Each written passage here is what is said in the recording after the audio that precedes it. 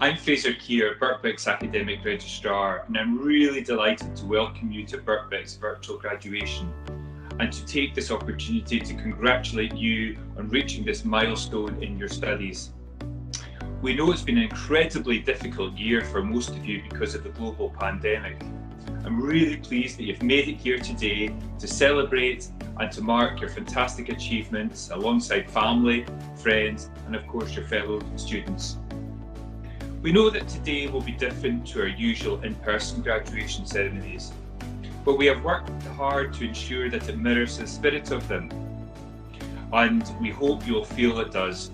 We'll also be hosting in-person celebratory events for you so that you can meet your classmates and lecturers once it is safe to do so, and we'll let you know more about these at a later date. Before we start today's event, we have some housekeeping information for you. Please keep your microphone muted until the round of applause after each group's names are announced.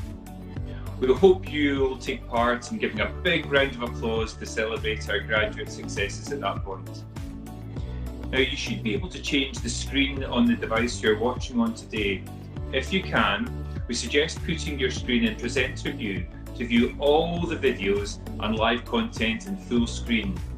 You can select gallery view if you want to see everyone in your virtual room, but this will make the videos appear smaller, and if you're watching on an iPad or iPhone, you may need to scroll to another screen to see everyone in your group. I would like to remind you that today's event has been recorded, is currently being live streamed on YouTube, and the recording will also be made available after the event.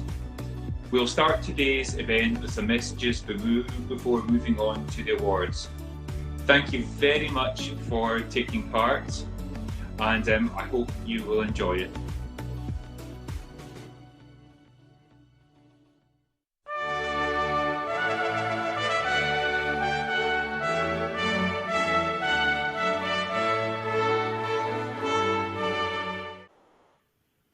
Welcome to this graduation ceremony, in which above all, we celebrate the achievements of you, our graduates.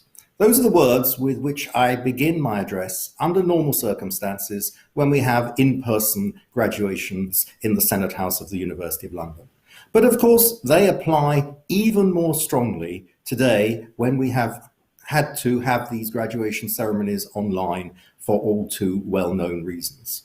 Because the ordinary Birkbeck graduate in normal times has to juggle their studies, perhaps with their work, with their family and other responsibilities, and they achieve their aims, and that is a tremendous achievement.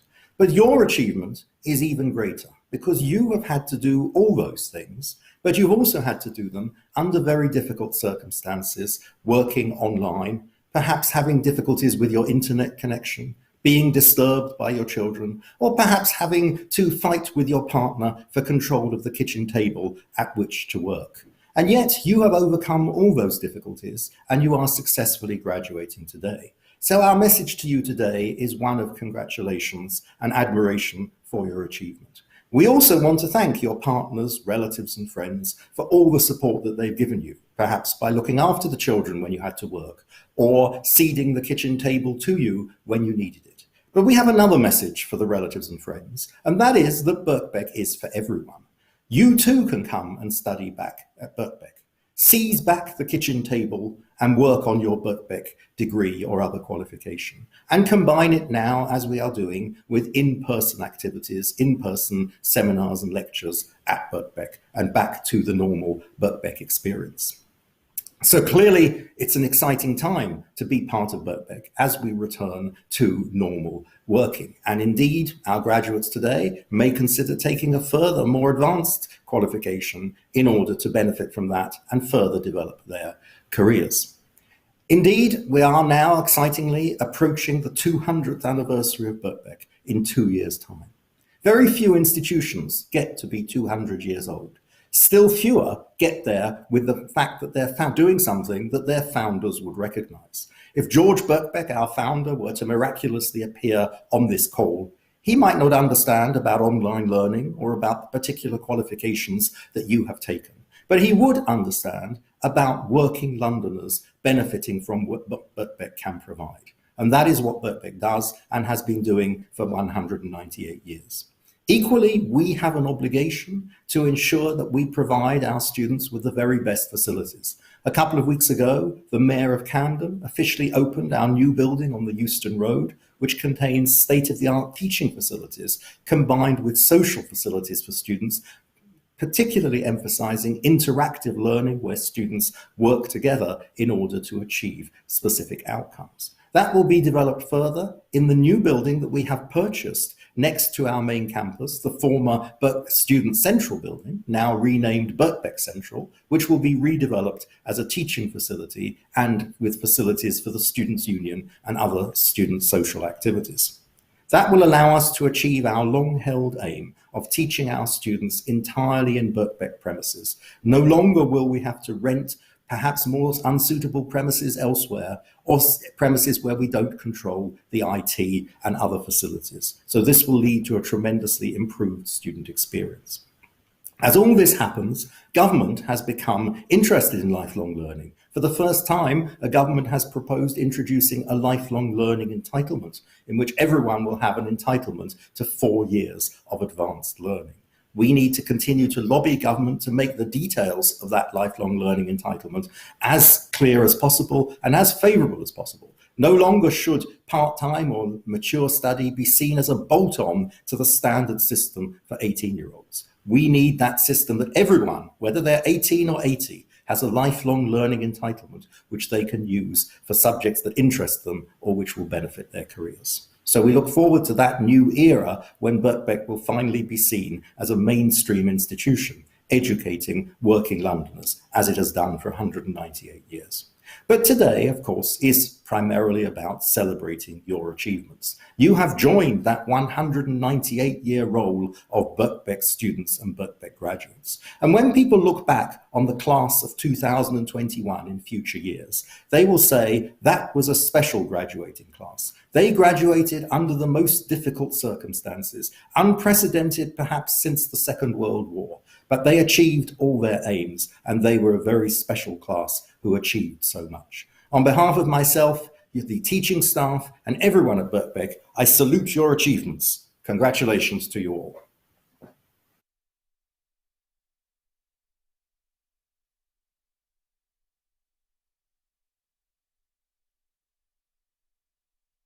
It is my great pleasure to congratulate you all on your very well-deserved graduation.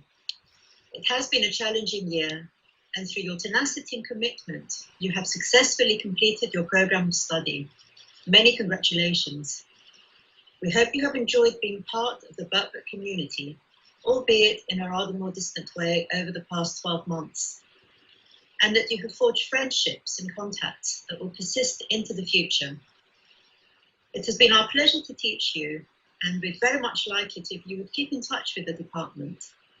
Very best of luck for the future.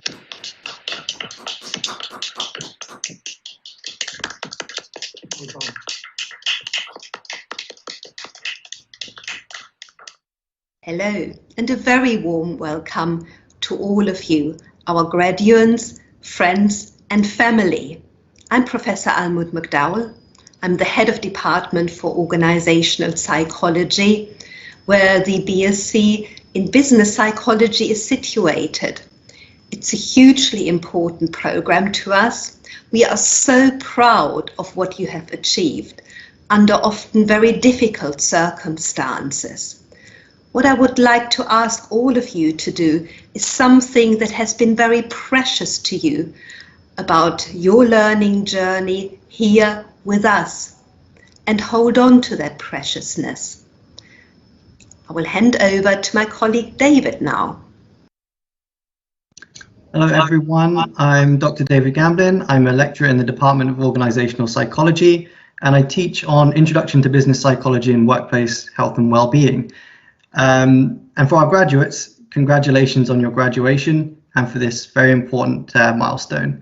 I've always been impressed with the level of discussion that our undergraduates bring to our lectures, seminars, and our workshops, whether that's the sharing and comparing of our very varied life experiences as Birkbeck students, whether it's critiquing of theory or applying frameworks to real-life contexts.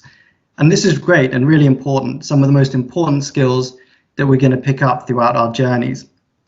We're in a world that is awash with data, and we're constantly bombarded by information. So being able to assess and evaluate evidence, to be able to challenge the status quo, and to test and assess assumptions, and to behave in compassionate and an evidence-based manner is going to stand us all in really, really good stead for our futures, which I wish you all the very, very best for. And with that, I'll hand over to my colleague Ali.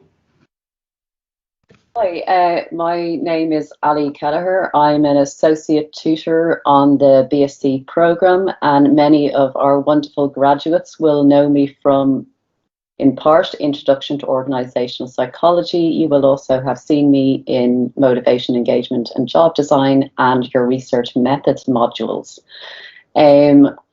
I have had the privilege of working with many of the graduates from this year's degree across your degree time, and have really noted how you've invested your time and effort both in your studies, in critically evaluating theories, and how you've thrown caution to the wind and taken on the somewhat complexity of qualitative and quantitative research, and then successfully applied this and knowledge and practical experience in the research that you conducted during your degree, and hopefully this will be something that you can take forward in your degrees. I've witnessed how you've gained experience and practical knowledge in different types of research methods, that I hope that you will apply in your careers going forward. One of the things from your degree that I've noticed and recognised is the peer community between everyone who undertakes the BSc at Birkbeck. I've noticed how you've supported each other both inside and outside your studies, and I have no doubt that these relationships are dear to you all, and you will continue to engage with them in the future. So congratulations to everyone on successfully completing your degree, and I will hand you over to Libby now. Hi everybody, I'm Dr. Libby Drury, and I'm also a lecturer within the department, and I see the students mainly towards the middle and the end of their degrees, and I have the pleasure to convene the dissertation module. So this is where all students run a research project. So I'd just like to speak a little bit about that. I mean, firstly, you're the first cohort that's done that entirely online, so congratulations guys, that's no mean feat. Normally we come together frequently and create a little community, but you've had to do that entirely online, and as Ali said, you were great at forming your peer groups as well and having support via that resource. So I want to congratulate you all on your tenacity. I was so thrilled that all students bar one who's submitting next year and doing very well, but all students submitted, and they submitted on time as well, which was fantastic. So that's a great achievement. The quality of the work was fantastic. The range of topics went from well-being to diversity, just to name a few, and covered lots of different qual and quant methods, which is really important for organisational psychology to have that breadth. And I just wanted to say that the actual achievement scores were really fantastic. All students scored above a 2-1, so they all scored above 50%. A 40% is also a pass. So even the lower range were really high scores, and 25% of students scored a first. So this is amazing. So I just wanted to say congrats to everybody. Very well done on your dissertations and on your entire degrees. And I hope you continue to enjoy research and conducting research in the future, maybe in the workplace. So take care, everybody. Thank you so much, team. Again, a massive, massive, massive congratulations from all of us. Stay in touch, all of you. Don't be a stranger to us. And remember, you can always do an MSc or even a doctorate. So hopefully see you all again soon. Bye for now. Bye.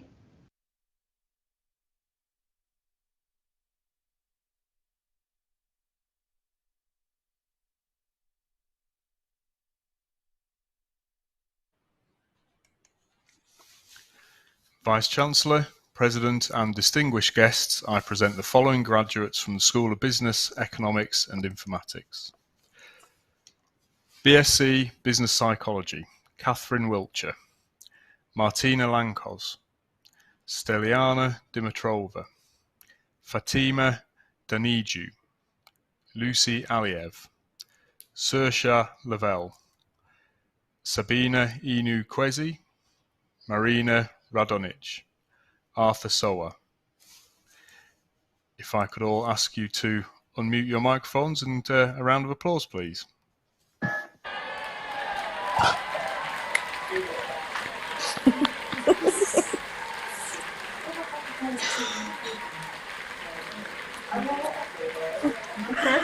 Congratulations, everyone.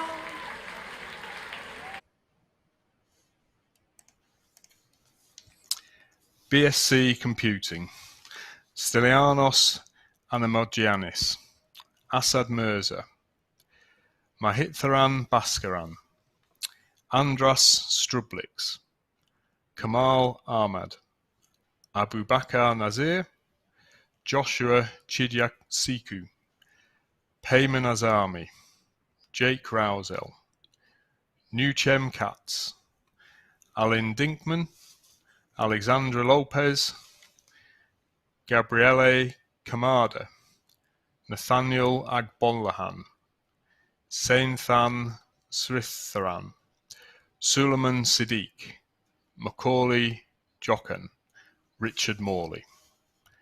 Again, if I could ask you to unmute your microphones and a round of applause, please.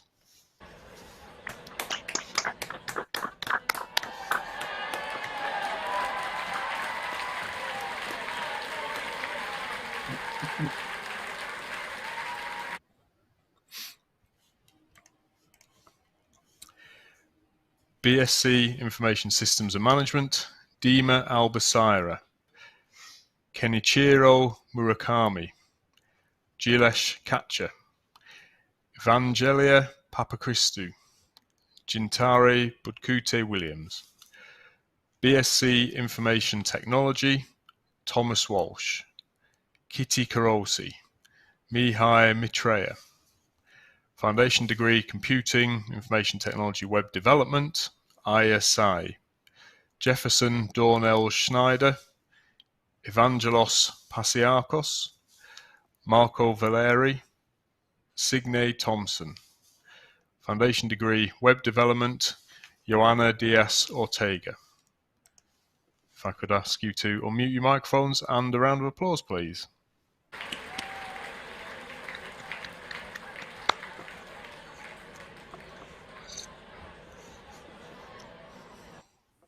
Congratulations. MSc Computer Science, Sabrina Hassan, Dan Zhang. MSc Information Technology, El Hardy Sargo. MSc Human Resource Management, Louisa Barwood. MSc Management Consultancy and Organisational Change, Valeria Martorelli, Kim Garwood.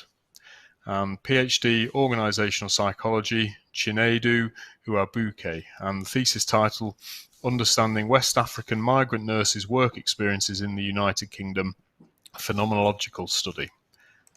Please could you unmute your microphones and a round of applause, please.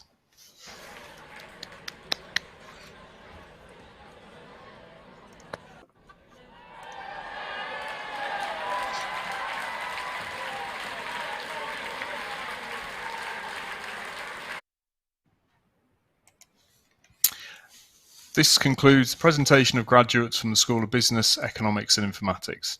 On behalf of myself and my colleagues at Birkbeck, I'm really pleased and honoured to be able to congratulate you all as graduating students today in our virtual ceremony. Your achievements in getting to the end of your studies would, in normal circumstances, be an extremely momentous occasion, but the challenges that you faced over the last 18 months make this even more so. It demonstrates the commitment and resilience that you've all shown to your studies during your time here at Birkbeck. I'd therefore like to thank you very much for attending this virtual graduation again today, congratulate you on your success and wish you the very best for the future. I now hand you over to my colleague.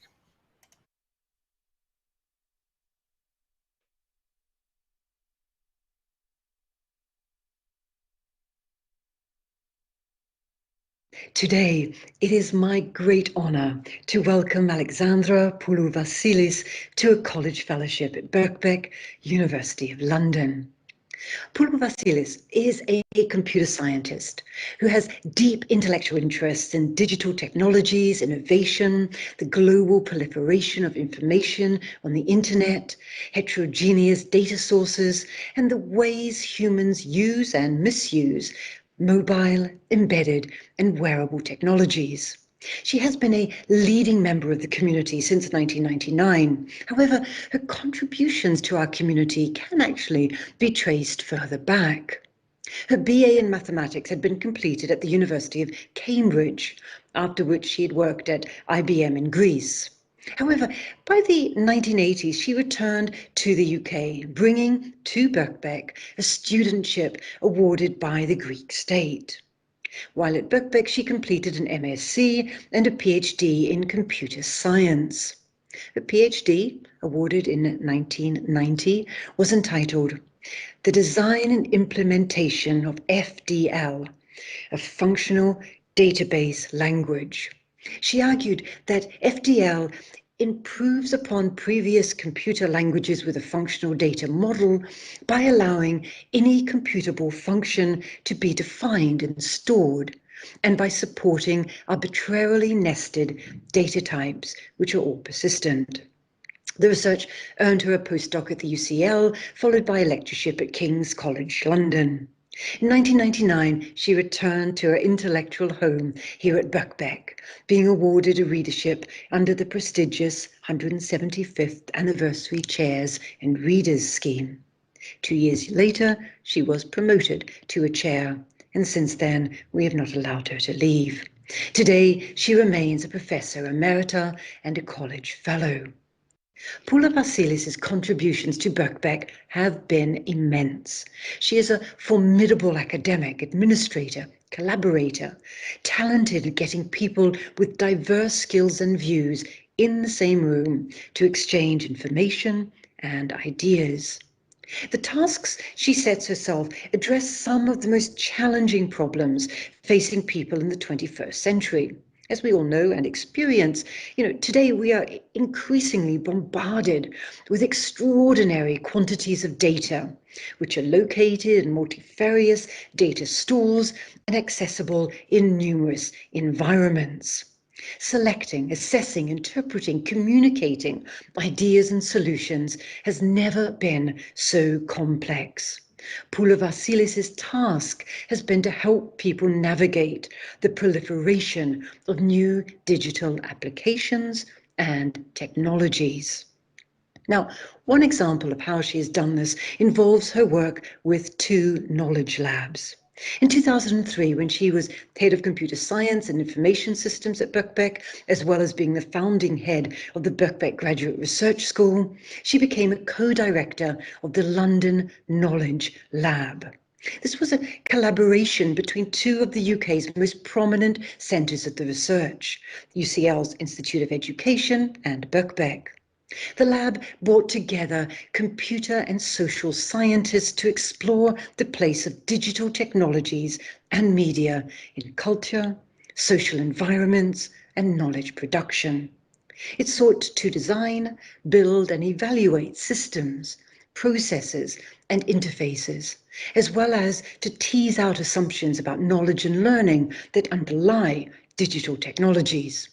In 2016, the 2 collaborating universities went their separate ways, with Poulou-Vassilis becoming the founding director of the Birkbeck Knowledge Lab. To gain just some idea of her levels of energy and ability to juggle multiple tasks, it must be mentioned that she had already also served as Assistant Dean for Research and was serving as Deputy Dean for Research Enhancement in the School of Business, Economics and Informatics. Success in her field requires exceptional levels of interdisciplinarity. Indeed, the only way people can understand and analyze the complex worlds in which we live is by dialogue between the sciences, social sciences, and arts. This is, of course, no easy task. The disciplines speak different languages. Their conceptual frameworks can actually be in opposition. Fundamental questions of evidence and identification often diverge. Such challenges have been embraced by Pulo Vasile. There's no time in an oration of this length to explore even a small number of her projects. So I hope that she will forgive me if I focus only on some of the ones that I particularly found most exciting. For example, a decade ago, Pulo Vasilis was involved with biomedical informatics. In collaboration with others, she helped develop ASSIST, a medical knowledge base that would facilitate cervical cancer research by integrating medical records, thereby enabling physicians to identify women at high risk of developing this form of cancer. Much of her work also explores how people can create meaningful dialogues in collaborative online work environments. What are the most effective ways to share knowledge, skills, and resources to achieve specific ends? Pulo Vasilis seeks to empower teachers as well as learners through a diverse range of computer techniques, including visualization, ontology-assisted data integration, learning analytics, semantic analysis, and personalization. As part of this work, she has done fascinating research on exploratory learning environments, ELE, using microworlds, virtual science labs, educational games, and physical computing kits. Because many teachers are reluctant to use ELEs, teacher assistance tools had to be developed to provide guidance about the ways teachers could support their students' learning and interactions. In this way, teachers can ensure that their students' collaborative activities result in meaningful outcomes. In recent years, Pulo Vasilis has cultivated an interest in museums and museum culture. Now, we all know that museums are important cultural artifacts that not only contribute to the economy, but much more importantly, have an impact on people's intellectual and social lives. But, we actually know surprisingly little about museums themselves. This is despite the fact that in the late 20th century, the number of museums in the UK more than tripled. But as Birkbeck's Mapping Museums project shows, many of these museums are extremely small, unaccredited, run by volunteers and serving local communities. Mapping Museums seeks to document, analyze and interpret how the museum sector has changed since 1960. The result is the first comprehensive database of UK museums, which is now freely available on the internet. The pandemic has had a huge impact on all aspects of social life, including its museum cultures.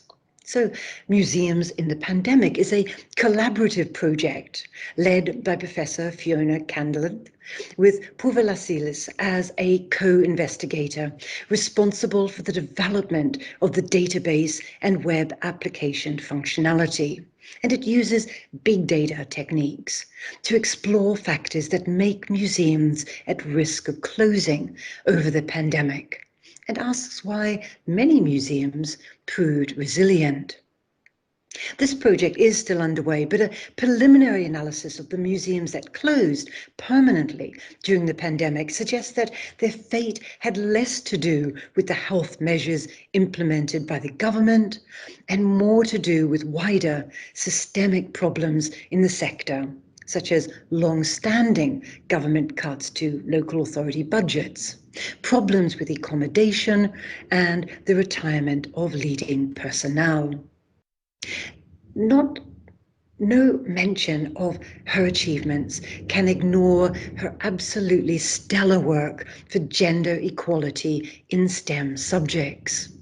Birkbeck has been championing the role of female academics in scientific subjects for years. Poulou Vasilis has always been at that top table. She has worked tirelessly on Birkbeck's Athena Swan Committee from its early days. She took a role in drafting 2 successful Bronze Award applications. She mentors mid-career women in the leadership program. She is a project board member of the Trigger project. Trigger stands for Transforming Institutions by Gendering Contents and Gaining Equality in Research.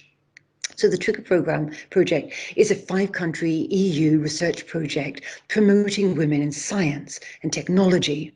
At Birkbeck, the Trigger project has involved exploring potentially discriminating formal as well as informal behaviours, promoting female scientists and external collaborations, a mentoring scheme, teaching gender in PhD courses, and creating structural opportunities for the commercialization of women's work in research and innovation. Although there is still a great deal of work to do, Poulou Vasilis has helped to make the Academy a better place for all genders. Finally, this brief oration cannot do justice to the range and quality of the contributions Poulou Vasilis has made to knowledge and to the Birkbeck community. She has brought in external research grants for her work in data management and for her interdisciplinary project. She is the co-editor for 4 books: Web Dynamics, The Functional Approach to Data Management, Reasoning in Event-Based Distribution Systems, and New Perspectives in Gender, Science and Innovation. She is renowned for her support of PhD students, organising frequent meetings, spending a large amount of time improving the organisation of their theses and their writing style. In this and many, many other ways, Poulou Vasilis is a Birkbeckian. Colleagues of hers have told me that she has been a great inspiration, a charismatic leader. They maintain that her openness to new ideas, empathy and integrity are qualities difficult to find. She is married to Mer Derakshan, a software developer who also gained his PhD at Birkbeck in the 1980s, where he specialized in binary relational data modeling and storage structures. And they have a daughter, Maria, who seems to be following in her parents' scientific footprints. We hope that her retirement will enable her and her family to spend more time at their other home in Naphtali, in Greece, with its magnificent Venetian and Ottoman architecture and deep blue Saronic Gulf seas. We are grateful and we are thrilled that by accepting this college fellowship, she will continue to be an ambassador for Birkbeck. It is my absolute pleasure and honour to be receiving this distinction from the college. I would like to thank Professor Burke for her very kind words, and the Vice-Chancellor, the Governors, the Dean of the School of BEI, and the Head of the Department of Computer Science and Information Systems for their nomination and their support in this great honour. Birkbeck has been a central part of my life since the mid-1980s, when I came to do an MSc in Computer Science after having worked for several years in the software industry. As is typical of many Birkbeck students, my aim at the time was to deepen and broaden my knowledge of the field, so as to support my continuing career advancement. For my master's dissertation, I joined Professor Peter King's database group, which was doing really cutting-edge research into triple stores, which are now the foundation of the semantic web. I enjoyed that experience so much that I continued on to do a PhD under Peter's supervision, also co-supervised by Jeff Sharman and Norman Winterbottom from IBM UK Labs, who were long-time collaborators and funders of the Birkbeck database group. This again is rather typical of Birkbeck, drawing together academics, students and professionals to co-design and undertake meaningful and impactful research activities. This PhD experience at Birkbeck changed the course of my career and arguably my life, as by the end I had decided to continue on into academia rather than return to the software industry. I kept in touch with the department while I held posts at UCL and King's College London, and I jumped at the chance to return again in 1999 when the opportunity arose to apply for one of Birkbeck's 175th anniversary readerships. Over the past 20 years at Birkbeck, I have had the opportunity to take on several challenging and exceptionally rewarding roles, for which I'm very grateful. As Pro-Vice Master for Research and International Students, I was tasked with setting up what is now the Graduate Research School, bringing research students and their supervisors together to create a forum to develop generic research skills and interdisciplinary discourse. This was the first time I'd been able to meet with experts and students from across all disciplines of the college, including many inspiring women. Coming from a computing background, I found it incredibly rewarding to be working suddenly in a much more gender-balanced environment. I was also very pleased to have the opportunity in 2003 to co-lead the London Knowledge Lab, which was a joint initiative with the Institute of Education. Another career highlight was becoming head of department in the mid-2000s, allowing me to help shape the development and trajectory of computer science at Birkbeck. More recently, being the first Assistant Dean for Research in the School at BEI and serving on the college's Athena Swan Committee have been hugely rewarding. One of the distinctive things about Birkbeck that I have experienced both as a student and as a member of staff is its exceptionally strong sense of community. You feel that there is always someone with whom you can discuss ideas and problems and find a speedy way through to a resolution. There is always a sense of implicit trust in your colleagues and a feeling that everyone is doing their best to work towards the common good. Another distinctive thing about Birkbeck is its exceptional dynamism and agility as an organisation. The college is always abuzz with new discussions, possibilities and initiatives. Our large cohort of mature students plays a critical part in this, in that students are very well aware of what they want from their learning experiences and of the relevance of the learning experience to their personal and working lives. As members of academic staff, through our interactions with our students, we too become learners. We are able to understand the directions in which we need to evolve and develop our teaching and also our research, so as to continue to fulfill our students' requirements. In a subject that is as fast-moving as computing, this presents exceptional challenges, but also exceptional intellectual opportunities. There is a feeling that you are never standing still, but rather that you're part of a vibrant global community of learning and professional activity, in which you too are continuously learning as well as teaching. For myself, as I move now towards this next phase of my own learning journey, I am absolutely delighted to be able to remain part of the Birkbeck family.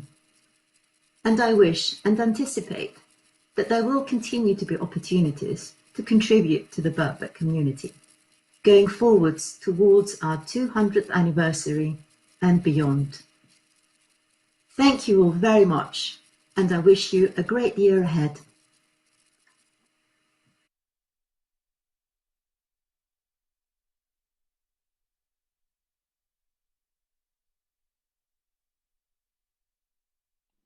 Greetings, everyone. Greetings to the Master, to my academic colleagues, but primarily greetings to you, the graduates today, and your family and friends who are there with you to celebrate your graduating. Congratulations to every one of you. So what is becoming clear throughout COVID, and this is the second year in which I've recorded this message. Last year it was rather more formal. I still pretended that I was at a lectern addressing a huge room full of people, but I'm not now. I'm speaking from my home on my laptop to each one of you. So it's to you that I'm speaking. And what we've learned over this time is that we are living through really strange and bewildering times. We simply can't predict what's going to become of the world. What's going to become of work and how we work? What about housing? Will we work from home? Will we live in different places? Will we move to the country? Will tower blocks cease to be what we want in life as places to either work or live? What will happen to all the different issues politically around the world? And what about the planet? Will that survive? There can't have been an issue as great as that for, well, since the start of time. So here we are facing all these problems and thinking it's never been as bad as it is now. Well, let me tell you, at other epochs, it's always seemed cataclysmic in some ways.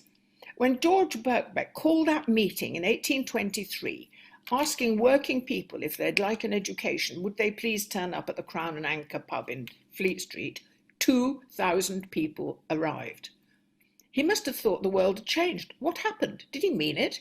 Did he expect it to be that kind of response? And of course it was. It was changing the world of education forever.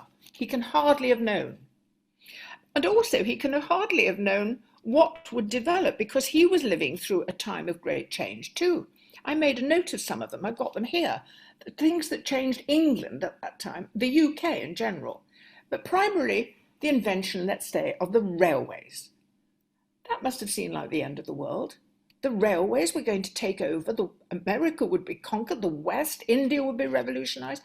The invention of railways in the 1820s must have felt like heralding the end of the world as they knew it, as indeed it did. Then there was the horse-drawn omnibus in London, public transport. Nobody had ever thought of that before, except in coaches from along the highway.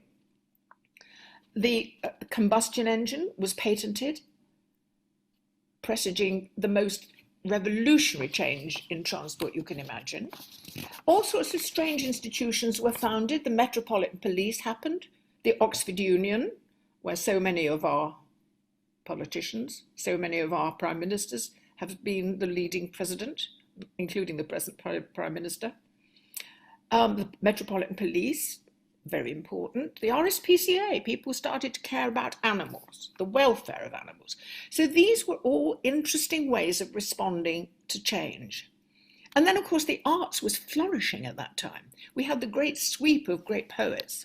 Keats, not to live long, but to write wonderful poetry that still echoes today in the hearts of today's poets. Shelley, calling for political action to be echoed by Mick Jagger years later. Byron, of course, going out to Greece where he would die, defending, fighting for Greek independence, a legend, leaving behind scandal, great poetry and political engagement. So this was an extraordinary time of change. And people would think, how are we to deal with it? It's challenging and it's a bit bewildering. Well, today is both challenging and bewildering. I would say you could sum it up in 2 words, really, briskly, from the newspaper headlines: COVID and Brexit.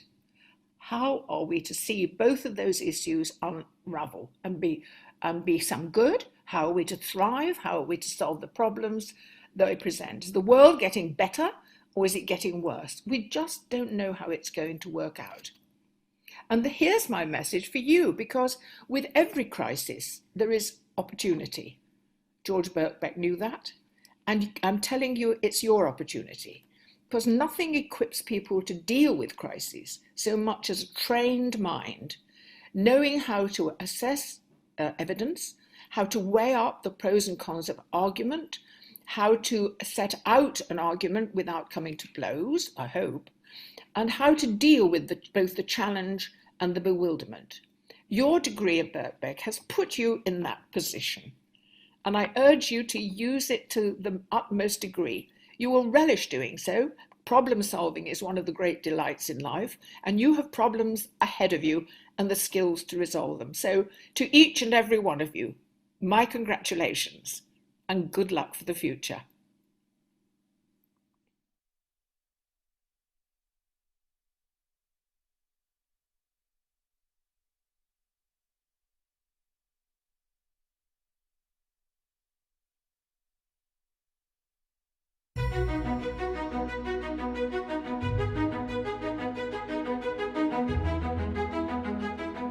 Welcome to the Birkbeck alumni community. You might be in the UK, or much further afield. It might be morning, afternoon, or evening.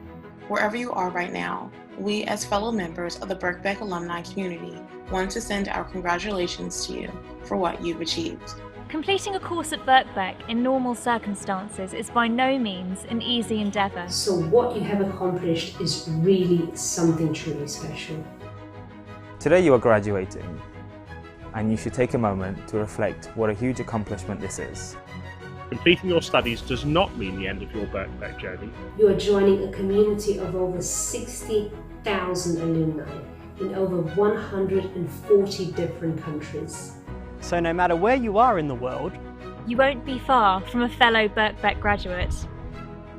There are lots of exciting events, activities, and opportunities for you to stay connected with Birkbeck. Visit bbk.ac.uk/alumni to find out more and update your contact details. We are proud to share this day with you. Have a wonderful time celebrating. Congratulations. Congratulations. Congratulations. Congratulations. Congratulations. Congratulations. Congratulations.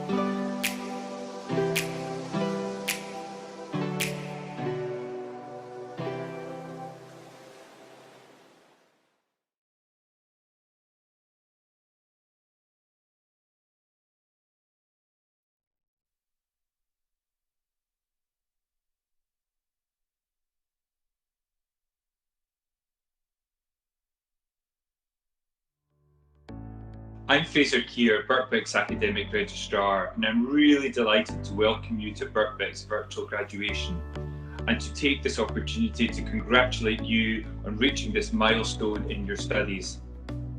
We know it's been an incredibly difficult year for most of you because of the global pandemic.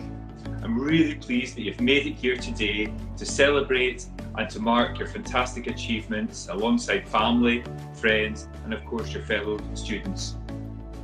We know that today will be different to our usual in-person graduation ceremonies, but we have worked hard to ensure that it mirrors the spirit of them, and we hope you'll feel it does. We'll also be hosting in-person celebratory events for you so that you can meet your classmates and lecturers once it is safe to do so, and we'll let you know more about these at a later date. Before we start today's event, we have some housekeeping information for you. Please keep your microphone muted until the round of applause after each group's names are announced. We hope you will take part in giving a big round of applause to celebrate our graduate successes at that point.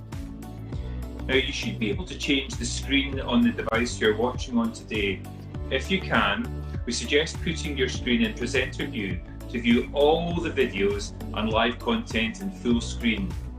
You can select gallery view if you want to see everyone in your virtual room, but this will make the videos appear smaller, and if you're watching on an iPad or iPhone, you may need to scroll to another screen to see everyone in your group. I would like to remind you that today's event has been recorded, is currently being live streamed on YouTube, and the recording will also be made available after the event. We'll start today's event with some messages before moving on to the awards. Thank you very much for taking part, and I hope you will enjoy it.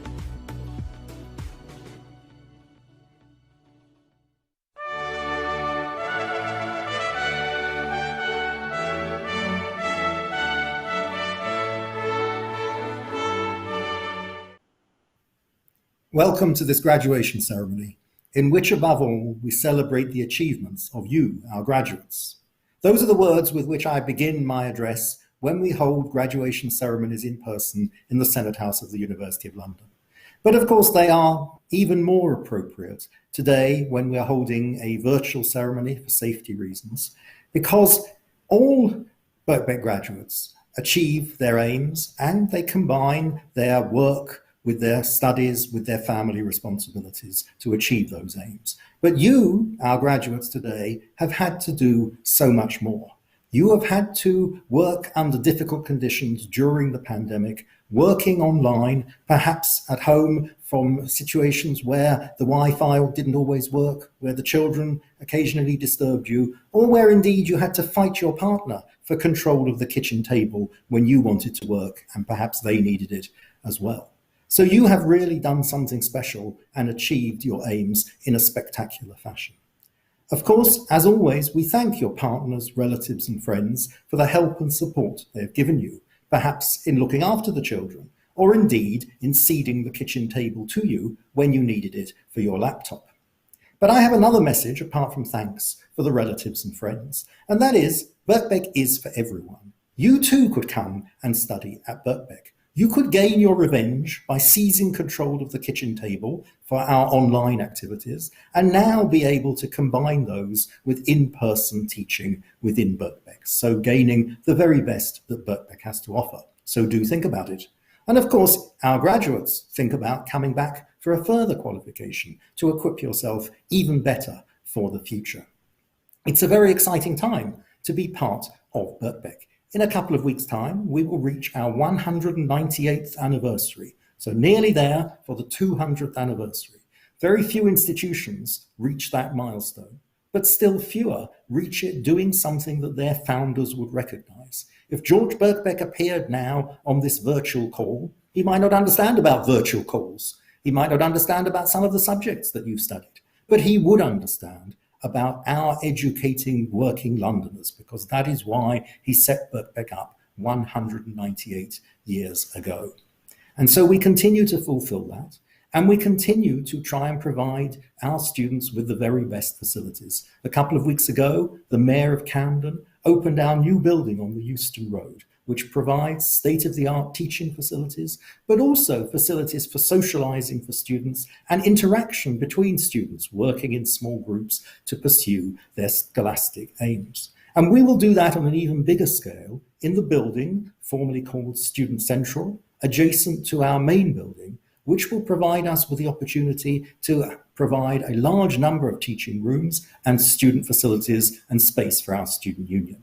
It will allow us to achieve our often stated aim of teaching all our students on Birkbeck premises, where we can ensure that the facilities are optimum, where we can control the IT and allow live streaming and so on.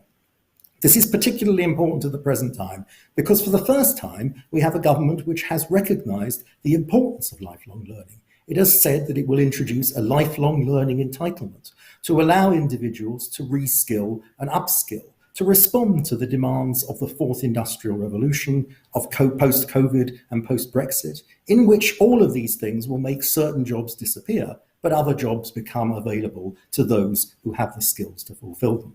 I'm delighted that today we are honouring Chris Skidmore MP, who has been in the House of Commons a lifelong advocate of lifelong learning, somebody who has consistently advocated this both as an HE minister and now as a continuing Conservative MP. It's very important that our students, our graduates, who know Birkbeck from the inside, continue to advocate with others for the importance of lifelong learning and to encourage others to come to study at Birkbeck. But today, of course, ultimately is about you, our graduates. You have achieved your aims, and you've done so in a very special way. When we look back over the nearly 200-year history of Birkbeck, people will say the class of 2021, that was a very special class who graduated under very difficult circumstances, perhaps unprecedented since the Second World War. On behalf of myself and all the staff at Birkbeck, I salute your achievements and congratulate you. Thank you.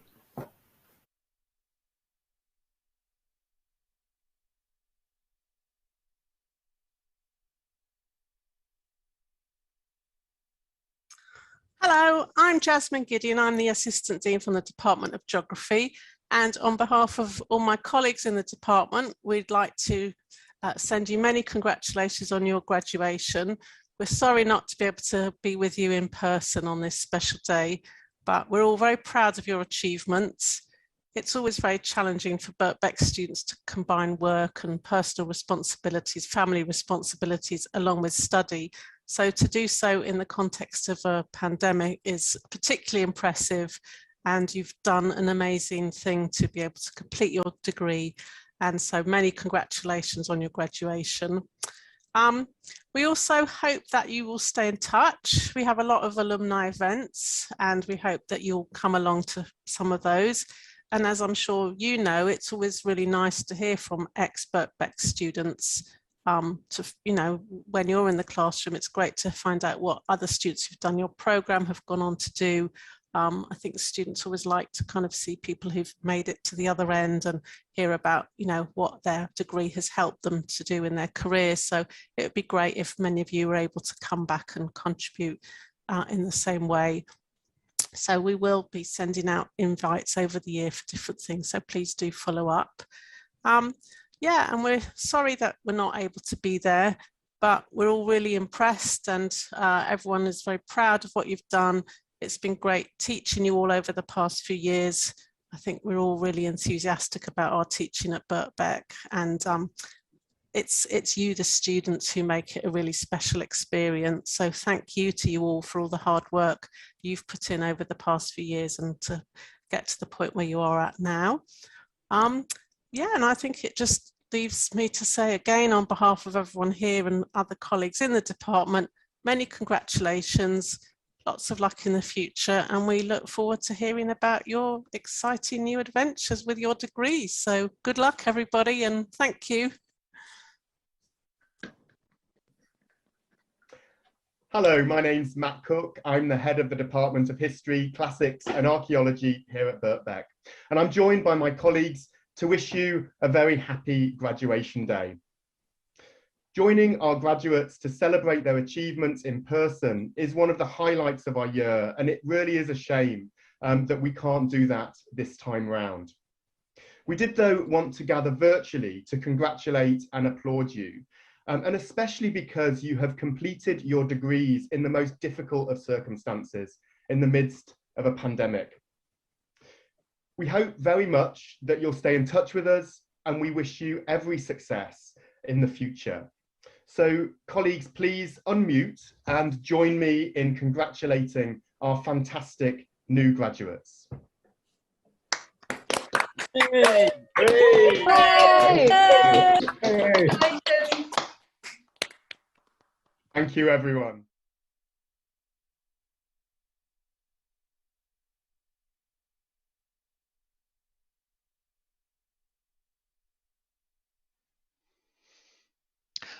Vice-Chancellor, President and distinguished guests, I present the following graduates from the School of Social Sciences, History and Philosophy.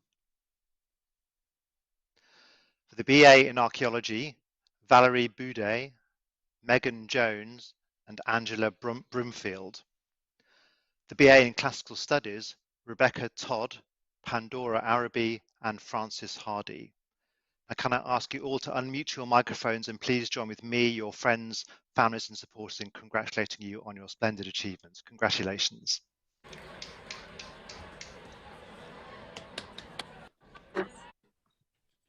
I know.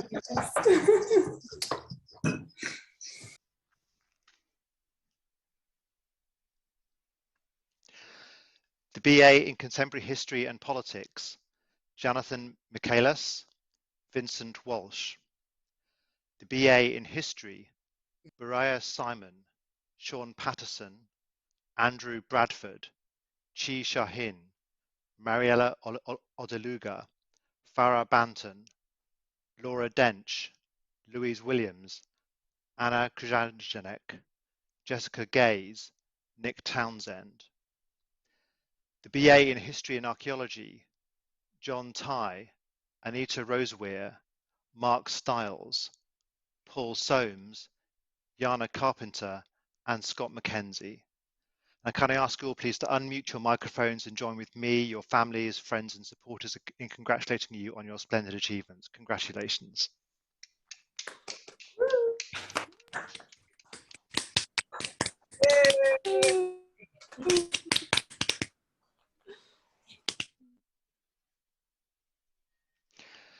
The BSc in Community Development and Public Policy, Shahida Begum, Adina Maglan, Myrtle Sirleaf, and Hassan Mohammed. The BSc in Development and Globalization, Amal Yusuf. The BSc in Environment and Sustainability, Liga Klavina, Solvita Verbere. The BSc in Environmental Management, Cerise Coleman-Fell, Danica Thomas. And can I ask you all to unmute your microphones, please, and join me in congratulating you on your splendid achievements. Congratulations. Yay, well done, everyone. Well done. Well done. We made it through COVID.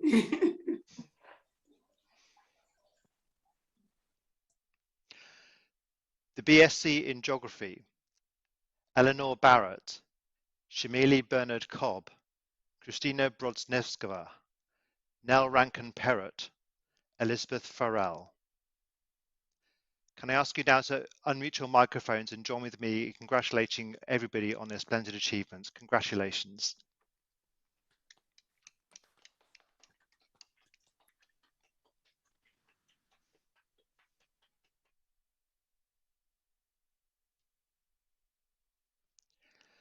The BSc in Social Sciences, Lara Gold, Nicholas Hall, Mohammed Ali, Beata Hegi Tot, Antonia Earle, Oliver Coxhead, Joanne Aspall, Billy Briggs, Shakila Simpson Watson, Alona Kula, Yolanda Johnson. The Graduate Certificate in History, Yvonne Crampin and Jason Willems. And the Certificate of Higher Education in History and Archaeology, Peter Durrant.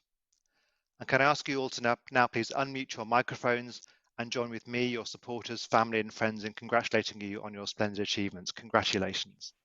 Hey, we made it. Well done, everyone.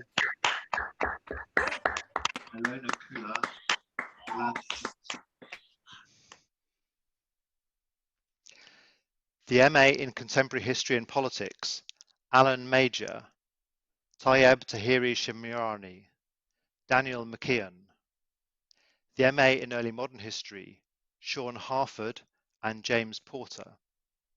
The MA in Gender, Sexuality and Culture, Alicia Cookson. The MA in Medical Humanities, Bodies, Cultures and Ideas, Janine George. The MSc in Environmental Sustainability, Sarah Rubinson. The MSc in International Development and Social Anthropology, Nico Kronberg. The Postgraduate Certificate in International Development, Abigail Sugate. And the Postgraduate Diploma in Environmental Sustainability, Malachi Randall and Bindu Srinivas. Can I ask you now please to unmute your microphones and join with me in congratulating all of you on your splendid achievements. Congratulations to all of you. Well done, everyone.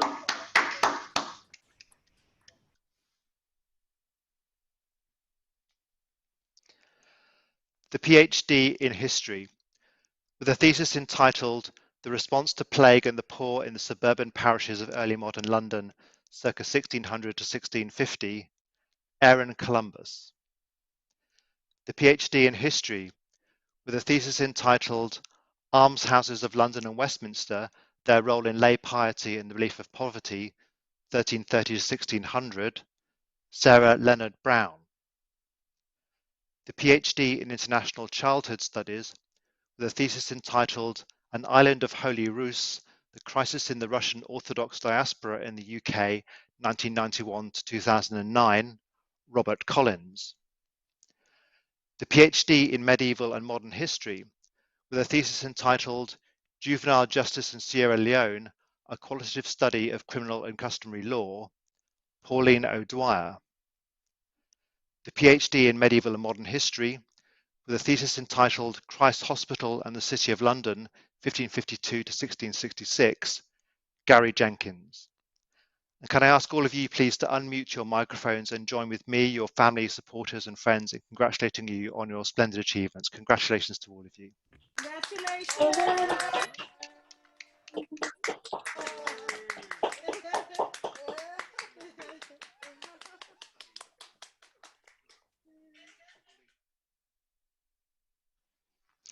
This concludes the presentation of graduates from the School of Social Sciences, History and Philosophy. May I congratulate all of you on your successes, especially during such a difficult and challenging year for all of us. On behalf of myself and all my colleagues, I want to wish you the very best for the future. I now hand you over to my colleagues.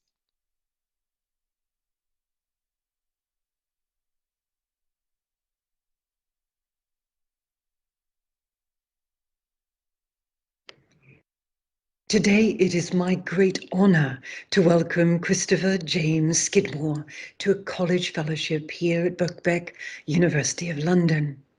Chris Skidmore was born in St Michael's Hospital, Bristol, 1981, and grew up in Longwell Green, outside the east fringe of Bristol. His early education included St Anne's Primary School and the independent day schools Colston's and Bristol Grammar. By the age of 18, he was already a committed Conservative. He joined his school's debating society and threw himself into work experience at his local Kingswood constituency office. The MP he worked for was the Labour Party rebel, Roger Berry, MP for Kingswood from 1992. What Berry wasn't to know at the time was that this young man with Tory views would be the first to topple him in 2010. But Skidmore's political ambitions were still in the future. He went to Christ Church, University of Oxford, where he graduated in 2002 in history. Surprisingly, Oxford dampened rather than inflamed his political ambitions. He found the Oxford Union debates intimidating, preferring the more scripted ones conducted by members of the Historical Society, who, impressed with his knowledge and rhetoric, elected him president. It was an inspiring time for Skidmore, who later admitted that he nurtured a dream of becoming a Don. Skidmore worked briefly in journalism, including the Western Daily Press and the People magazine, where he got to visit John Travolta's plane and mix with celebrities. But this was never going to be enough. Politics was in his blood. He became an advisor for David Willett and Michael Gove, while also becoming involved in conservative think tanks, such as the Bow Group, which he chaired 2007 and 8, and Policy Exchange, where he worked as a research fellow. It was time, however, to become more serious. May 2010, Skidmore won the seat that Labour's Berry had held for 18 years. Skidmore was a local, an important factor in electoral politics. Kingswood, a relatively well-off constituency, had been home to both sides of his family for generations. Skidmore was also one of the first MPs to be chosen by a primary, that is, where local members were able to attend the selection meeting. 2010, he won with a 2,445 majority. 2015, he increased this to over 9,000 vote majority, and then 11,220 in 2019. His success can be attributed to his dedication to his constituents and relentless hard work for their interests as well as those of the country. Skidmore's dedication to his party, constituents and country has seen him serving in an incredible number of posts. They include his membership of the Health Select Committee, the Education Select Committee, Number 10 Policy Board. He has been Parliamentary Private Secretary to the Chancellor of the Exchequer, Parliamentary Under Secretary of State at the Cabinet Office, where he served as Minister for the Constitution, Vice Chair of the Conservative Party for Policy, Minister of State for Business, Energy and Industrial Strategy, Minister of State for Health and Social Care, Vice Chair of the Conservative Party, Co-Chair of the All-Party Parliamentary Group for Universities, and Minister of State for Universities, Science, Research and Innovation. In all of these positions, he had a reputation for being loyal to the Conservative Party and its principles.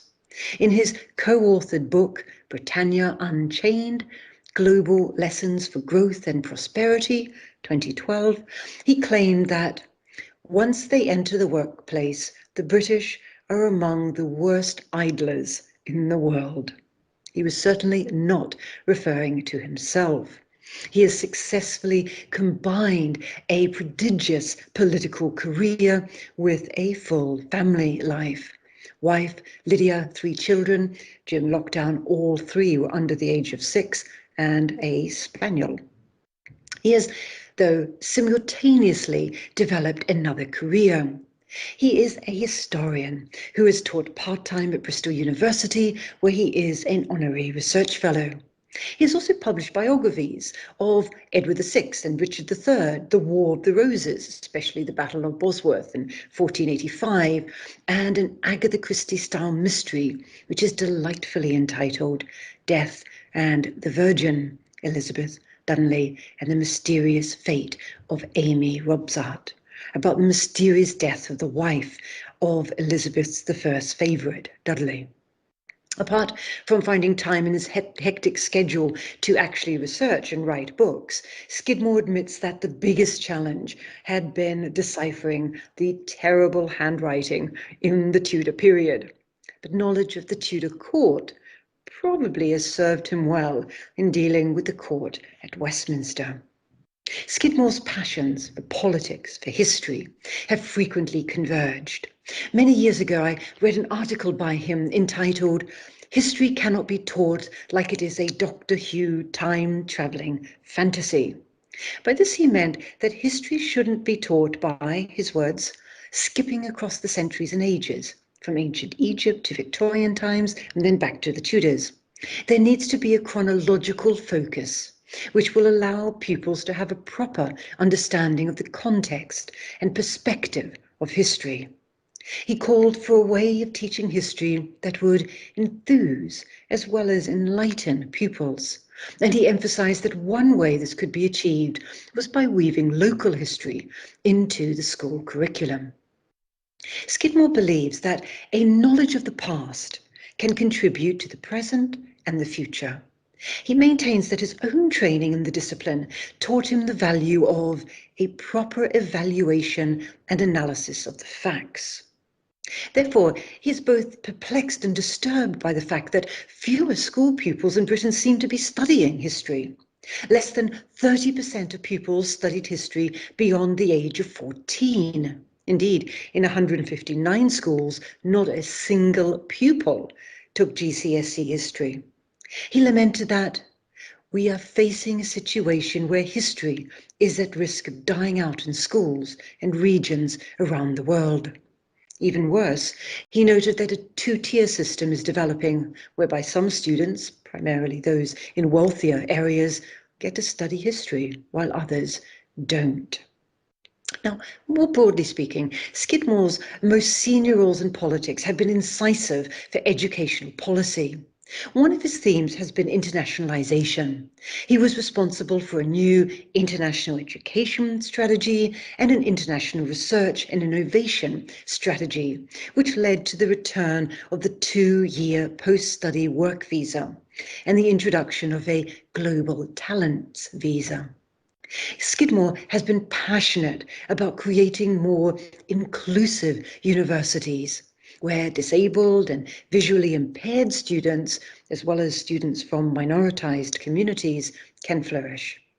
He reminds people of the damning statistic that only 6% of care leavers, that is, young people leaving foster care or residential children's home, participate in higher education. And once they get there, they are nearly twice as likely to drop out.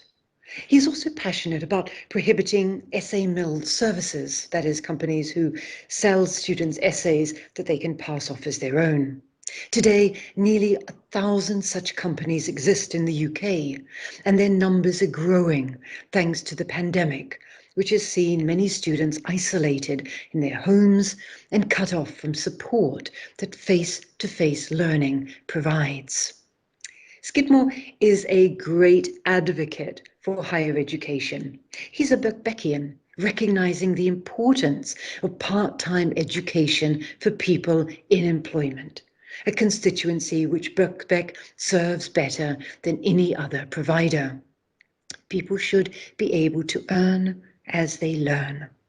He frequently observes that knowledge has the power to improve individual lives and enable people to reach their full potential. Universities, he says, are not just job factories, but have a vital role in helping to spread opportunity and to do this to wider demographics. He believes that the UK universities are a world-leading success, and that the value of a UK degree is one of our vital assets. Finally, he insists that education is, as he puts it, a lifelong endeavour. This is why he took time out to become a senior fellow at the Centre of Government at Harvard University in order to study under some of the world's most distinguished economists. His topic was one close to the hearts and minds of all people who carefully observe the world in which they live, that is, global warming. To achieve the UK's commitment to net zero carbon emissions by 2050, Skidmore believes that the intellectual insights of humanities researchers, as well as scientists and engineers, are essential. In his words, we need the full force of the academy, turning its attention on how to achieve net zero carbon emissions, if we are to achieve, and above all sustain, change.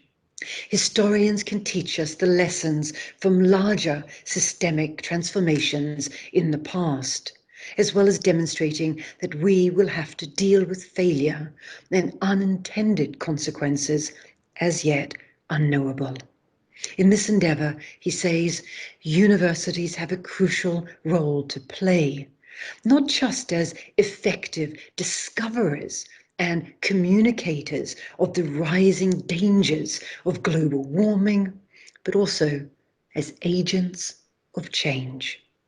It is a rallying cry for each and every one of us, which is why it is my great honour to welcome Chris Skidmore to a college fellowship.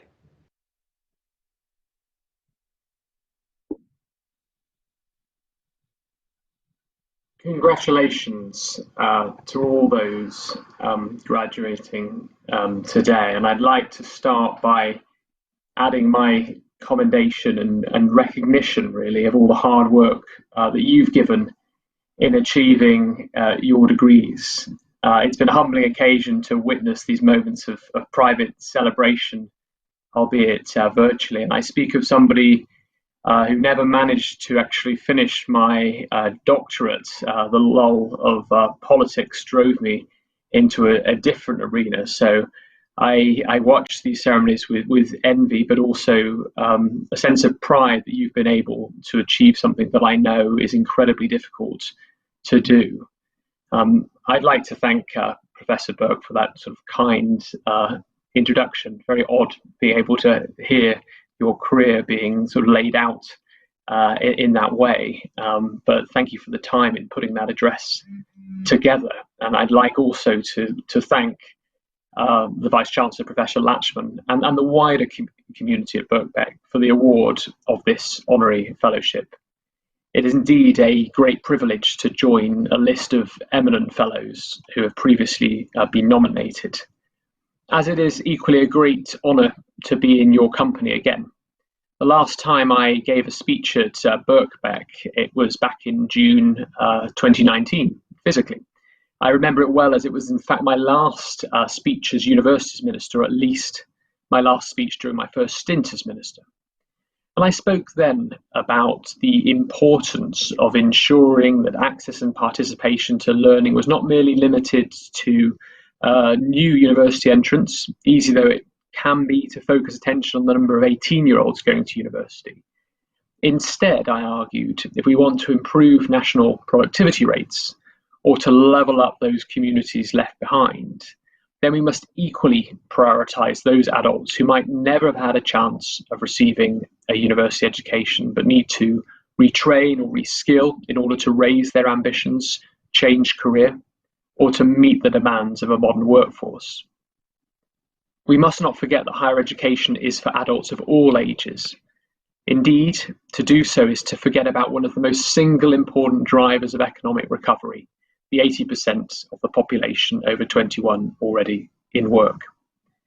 Since leaving ministerial office, I have sought, has been mentioned, to continue to highlight the opportunities that must be afforded equally to all adult learners. It's one of the reasons why I established the Lifelong Education Commission with the independent think tank Res Publica, to continue to highlight the barriers and challenges that continue to exist, preventing part-time and adult learners from accessing study. Many of you on this event today know too well what the barriers are: access to finance, access to flexible courses that match the demands of your working and family life, ultimately access to that most precious commodity of all, time. And it's my hope that with government reforms to modular learning and course-based entitlements on the horizon, both time and money will be found to enable more adult learners to participate in higher education. I've been delighted to be able to work alongside Birkbeck again as part of the Lifelong Education Commission, producing a report on the need for greater flexibility in the government's planned reforms to inspire greater choice, but also to ensure that no one is unduly penalised by their previous qualification status through the currently restrictive equivalent or lower qualification rule, which prevents those from accessing lifelong learning when we need to everyone, whatever their qualification status, to be able to access retraining and reskilling opportunities in the future. Birkbeck, I believe, sets a shining example of how the aspiration and ambition of learners, whatever their age, whatever their background, can be met and fulfilled if the right support is given to them.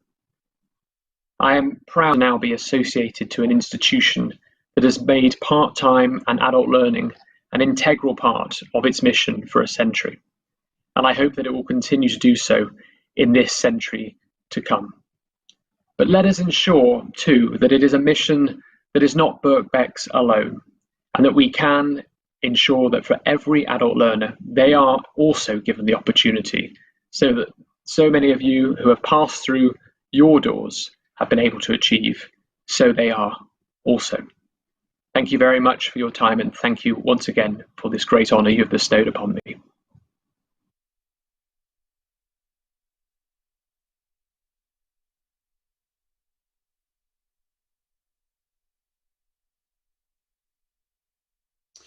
Hi there, I'm Tamar Gosh. I'm a graduate from Birkbeck. A few years ago, I did a Master's in International Development. Right now, my role is Chief Executive of the Royal Society of Tropical Medicine and Hygiene. We're a charity membership network for those working in tropical medicine and global health. So you can imagine this time is really busy with COVID and in some ways, you know, raising awareness of global health with all of us. My role is a really exciting one. It's leading a small team and also hundreds and thousands of volunteers, members and supporters across the world trying to work on the big issues in global health, including eradicating disease and improving equity to healthcare. And I'm really delighted to be here to say a few words to you at your graduation. First of all, congratulations, you've made it. I know what a great day that is. So a bit about why I did my course, my master's. I'd kind of got stuck in my career really. I was at an NGO and I was enjoying my fundraising role, but I really wanted to move into a leadership position and I wanted to understand a bit more about the detail of international development, some more of the theory and how you put that into practice. So I did my master's while I was also working, which was a challenge, but we get through busy times and it's very, very much worth it. And I was really happy to have the opportunity to work and also study. And I met some really great friends during the process. So I hope that that you have too. If I have any advice for you, it's remember that you've gained a lot of knowledge through this process of your studies, but you've also, I'm sure, made some great friends. I know for me, I've made some of my closest friends in my course before. So I just would urge you to keep in touch with them, keep their friendships over the years, and have faith and confidence in the knowledge that you've got from your studies. I think it's easy in this world to sometimes have those moments of questioning whether we're right, whether we're on the right path. But rely on the knowledge you've had and you've gained in that experience. And I wish you all the best for the future. Please, you know, aim high. The world needs great leaders. And whatever subject you're working in, I wish you the very best of luck with it.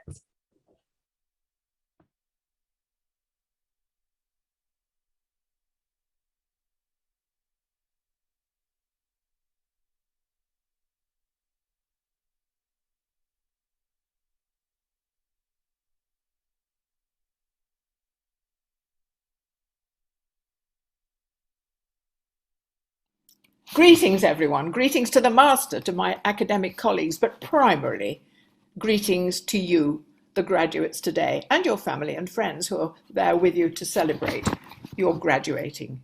Congratulations to every one of you. So what is becoming clear throughout COVID, and this is the second year in which I've recorded this message.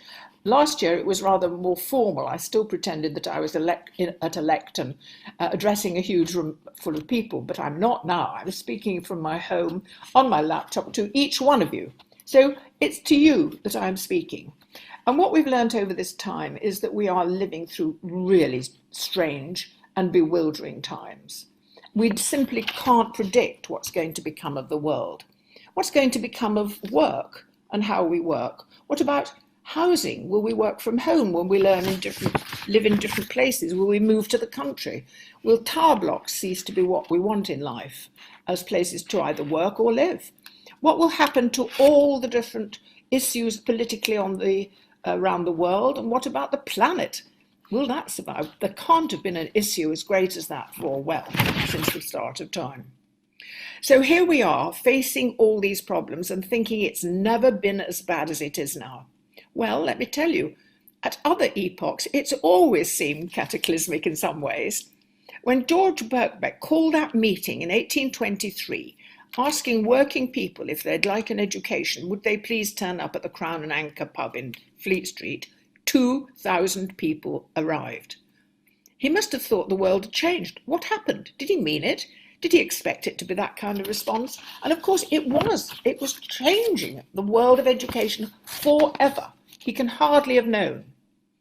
And also he can hardly have known what would develop, because he was living through a time of great change too. I made a note of some of them. I've got them here. The things that changed England at that time, the UK in general, but primarily the invention, let's say, of the railways. That must have seemed like the end of the world. The railways were going to take over. America would be conquered. The West, India would be revolutionized. The invention of railways in the 1820s must have felt like heralding the end of the world as they knew it, as indeed it did. Then there was the horse-drawn omnibus in London, public transport. Nobody had ever thought of that before, except in coaches from along the highway. The combustion engine was patented, presaging the most revolutionary change in transport you can imagine. All sorts of strange institutions were founded. The Metropolitan Police happened, the Oxford Union, where so many of our politicians, so many of our prime ministers have been the leading president, including the present prime minister. The Metropolitan Police, very important. The RSPCA, people started to care about animals, the welfare of animals. So these were all interesting ways of responding to change. And then, of course, the arts was flourishing at that time. We had the great sweep of great poets. Keats, not to live long, but to write wonderful poetry that still echoes today in the hearts of today's poets. Shelley, calling for political action to be echoed by Mick Jagger years later. Byron, of course, going out to Greece, where he would die, defending, fighting for Greek independence, a legend, leaving behind scandal, great poetry, and political engagement. So this was an extraordinary time of change. And people would think, how are we to deal with it? It's challenging and it's a bit bewildering. Well, today is both challenging and bewildering. I would say you could sum it up in 2 words, really, briskly, from the newspaper headlines: COVID and Brexit. How are we to see both of those issues unravel and be some good? How are we to thrive? How are we to solve the problems that they present? Is the world getting better or is it getting worse? We just don't know how it's going to work out. And here's my message for you, because with every crisis, there is opportunity. George Birkbeck knew that, and I'm telling you, it's your opportunity, because nothing equips people to deal with crises so much as a trained mind, knowing how to assess evidence, how to weigh up the pros and cons of argument, how to set out an argument without coming to blows, I hope, and how to deal with both the challenge and the bewilderment. Your degree at Birkbeck has put you in that position, and I urge you to use it to the utmost degree. You will relish doing so. Problem solving is one of the great delights in life, and you have problems ahead of you and the skills to resolve them. So to each and every one of you, my congratulations and good luck for the future.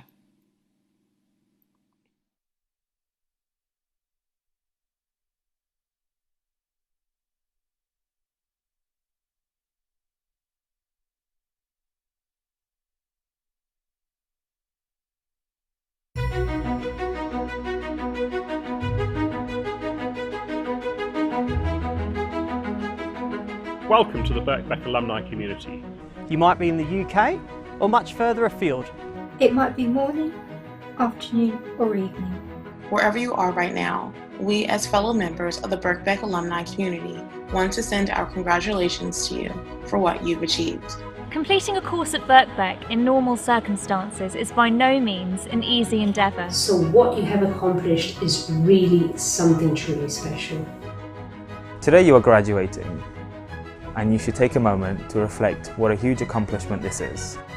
Completing your studies does not mean the end of your Birkbeck journey. You are joining a community of over 60,000 alumni in over 140 different countries. So no matter where you are in the world, you won't be far from a fellow Birkbeck graduate. There are lots of exciting events, activities, and opportunities for you to stay connected with Birkbeck. Visit bbk.ac.uk/alumni to find out more and update your contact details. We are proud to share this day with you. Have a wonderful time celebrating. Congratulations. Congratulations. Congratulations. Congratulations. congratulations. Congratulations. Congratulations.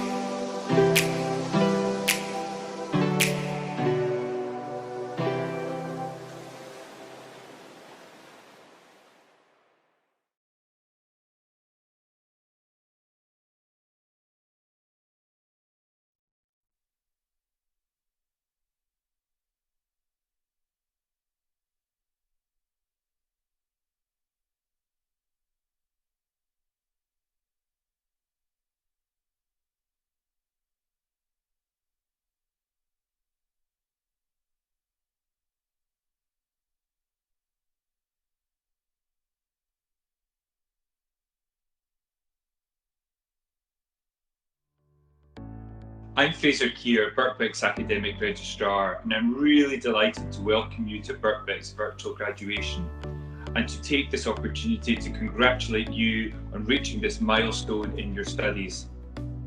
We know it's been an incredibly difficult year for most of you because of the global pandemic. I'm really pleased that you've made it here today to celebrate and to mark your fantastic achievements alongside family, friends, and of course your fellow students. We know that today will be different to our usual in-person graduation ceremonies, but we have worked hard to ensure that it mirrors the spirit of them, and we hope you'll feel it does. We'll also be hosting in-person celebratory events for you so that you can meet your classmates and lecturers once it is safe to do so, and we'll let you know more about these at a later date. Before we start today's event, we have some housekeeping information for you. Please keep your microphone muted until the round of applause after each group's names are announced. We hope you will take part in giving a big round of applause to celebrate our graduate successes at that point. Now, you should be able to change the screen on the device you're watching on today. If you can, we suggest putting your screen in presenter view to view all the videos and live content in full screen. You can select gallery view if you want to see everyone in your virtual room, but this will make the videos appear smaller, and if you're watching on an iPad or iPhone, you may need to scroll to another screen to see everyone in your group. I would like to remind you that today's event has been recorded, is currently being live streamed on YouTube, and the recording will also be made available after the event. We'll start today's event with some messages before moving on to the awards. Thank you very much for taking part, and I hope you will enjoy it.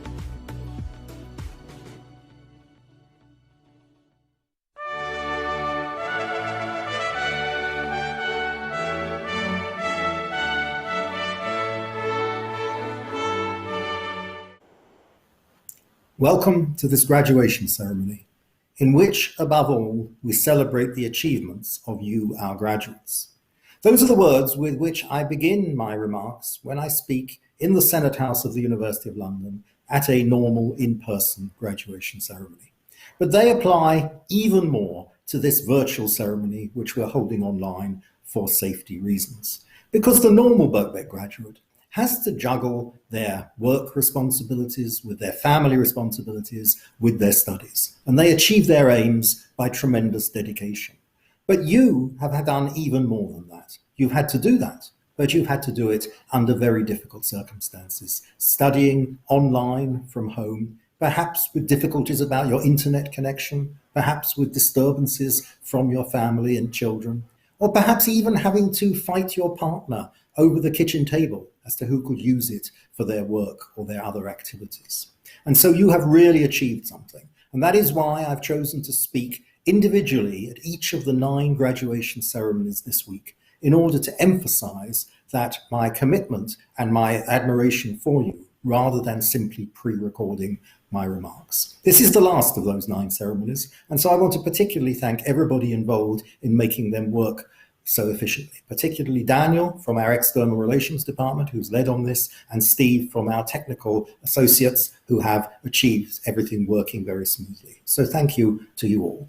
Thank you also to your partners, relatives, and friends for all that they have done to support you, perhaps by looking after the children, or perhaps by seeding the kitchen table to you so that you could do your online study. So we say thank you to you.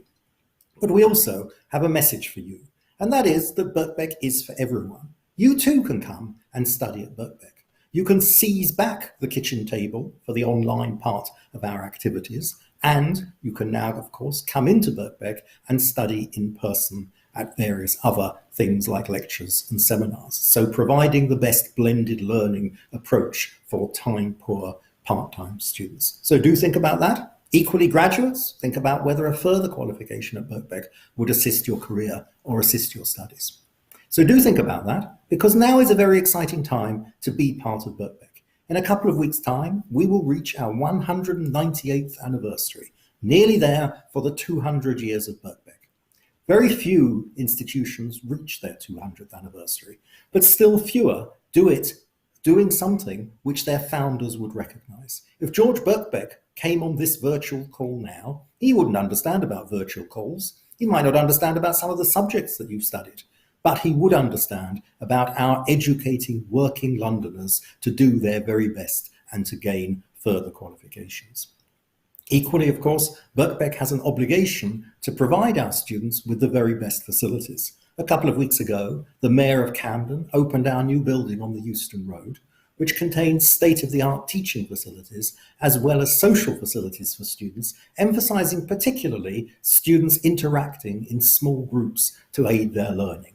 We will do this on a much bigger scale in the building formerly known as Student Central and now known as Birkbeck Central, adjacent to our main building, where we will develop further teaching rooms, further social space, and space for our students' union. This will allow us to achieve our long-held ambition of teaching all our students on Birkbeck premises. No longer will we rely on other institutions which may or may not provide appropriate facilities, where there may be difficulties with the IT because we don't control it, or even where students have been locked in lecture theatres by overzealous porters going home after 6 o'clock. Similarly, the government has now recognised for the first time the importance of lifelong learning. It intends to introduce a lifelong learning entitlement for all. We need to continue to lobby for that to be most favourable to our students and to mature learners. You, our graduates, have an opportunity to play your part in that by telling everyone what you have achieved and how you have achieved it, helped by Birkbeck. Because today, of course, is ultimately about saluting your achievements. As the history of Birkbeck is written, people will look back on this graduating class of 2021 and say they did something special. They graduated under conditions of great difficulty, perhaps unprecedented since the Second World War, where Birkbeck was the only college of the University of London to continue operating in London throughout the Blitz. So you will be a special part of that, of Birkbeck. You have achieved magnificently under these very difficult conditions. On behalf of myself and all the staff at Birkbeck, I salute your achievements. Congratulations to you all. Thank you.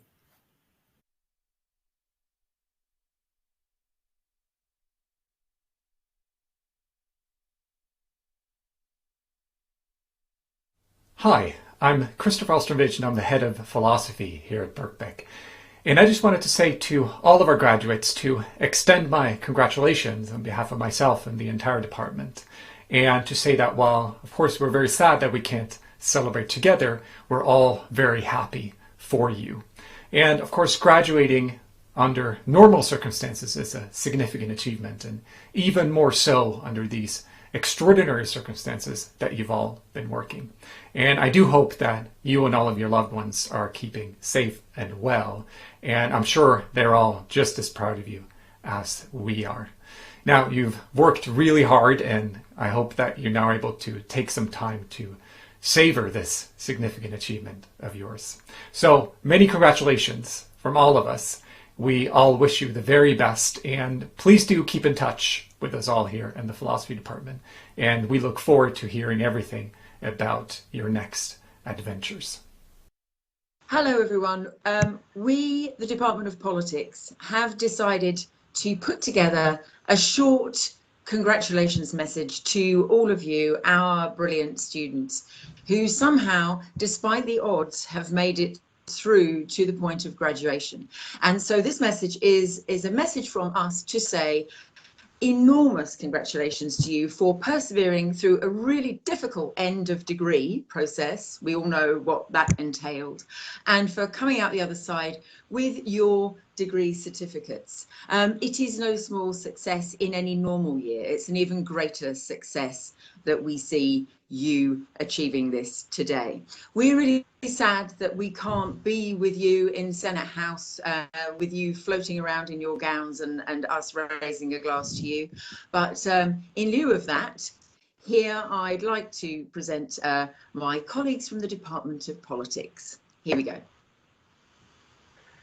Yes, I'd like to also congratulate all of you for your achievement. It is no mean feat to complete a degree at the best of times, and notably in the circumstances many of the people do so at Birkbeck part-time mature learners and so forth. But obviously under the current circumstances, it's an even greater accomplishment. Thanks for bearing with us in this transition. We know that the end of last year has been tricky and has involved also a lot of work on your side. So once again, congratulations and good luck with the future.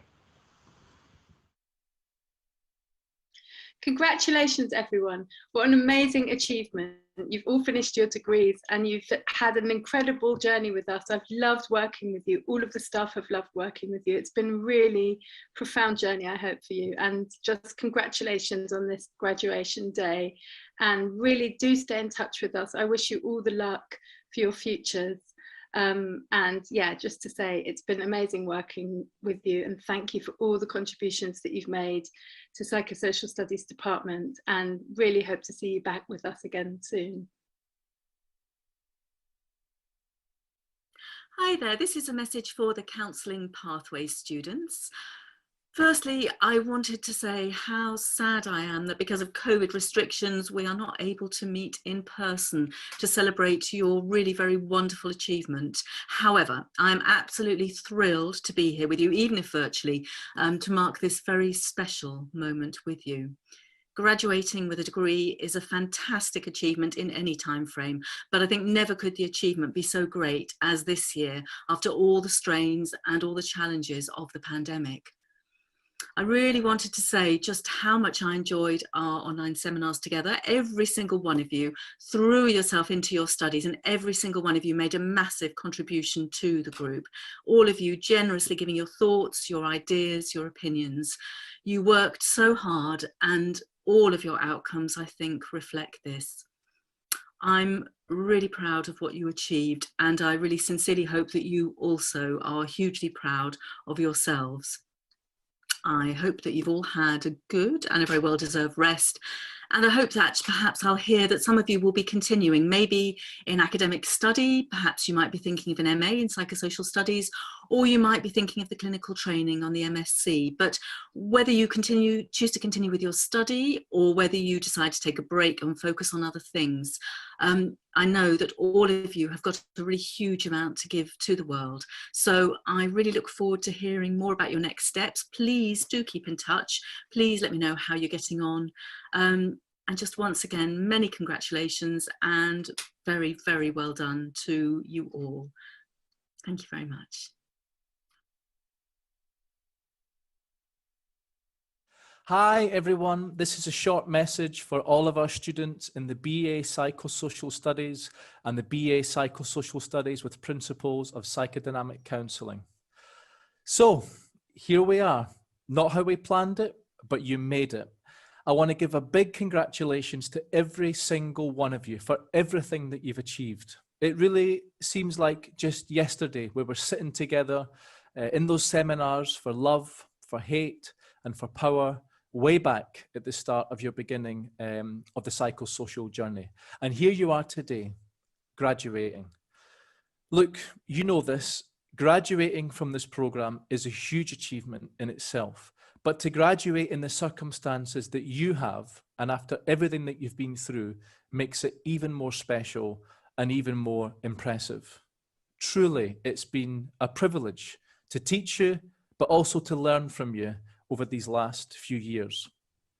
I want to give a big shout out to Natalie Banton, who is the winner of the 2021 Psychosocial Studies Outstanding Dissertation Prize for her project, which was titled A Moment of Ease, Black Women's Resistance to the Attempted Erasure of Society's Gazes, Their Existence Within This Tough Matrix as Enabled Through Moments of Ease and Alternative Ways of Being. Well done, Natalie, and you are all outstanding. Each and every one of you really has brought so much to our program and so much to our department over the last few years, and we really will miss you greatly. Whatever you do next, we wish you all the best, and we really do hope that you will stay in touch with us. So again, congratulations to all of you. Savor this moment. You deserve it.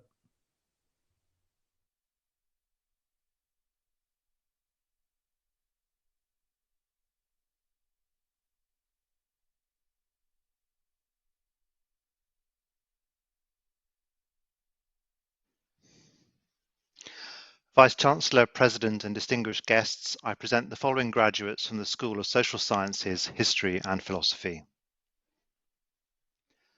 The BA in Global Politics and International Relations, Viola Moss, Rida Khalil, Biruke Berhi, Samuel Kamara, Jose Romero, Aurora Picardo, Patricia Kroos, Munira Mal, Megan Wiborne, Amber Sedki Farag, Caleb Johnson, and Mohammed Chowdhury.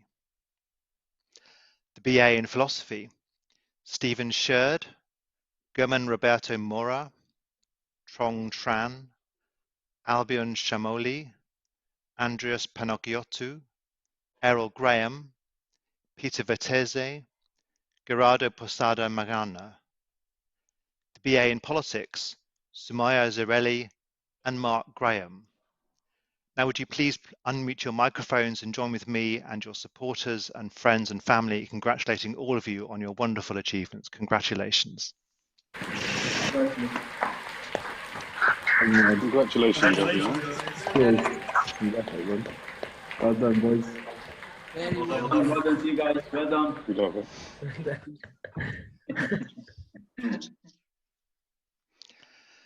The BA in Politics, Philosophy and History, Ellie Fleming, Erin Moran, Amal Abdullahi, Leah Moy, and John McDonough. The BA in Psychosocial Studies, Natalie Banton, Samantha O'Donoghue, Candace Brown, and Georgina Ashby.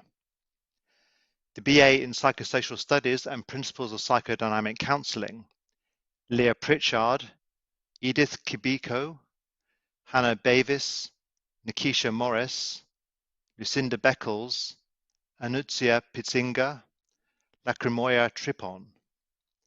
The BSc in Social Sciences, Anna Hall, Shuvashish Tapa, Fauzia Ahmed Idris.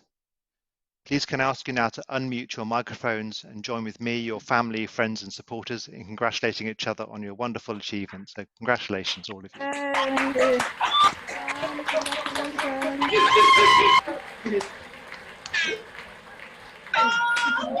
Oh yeah.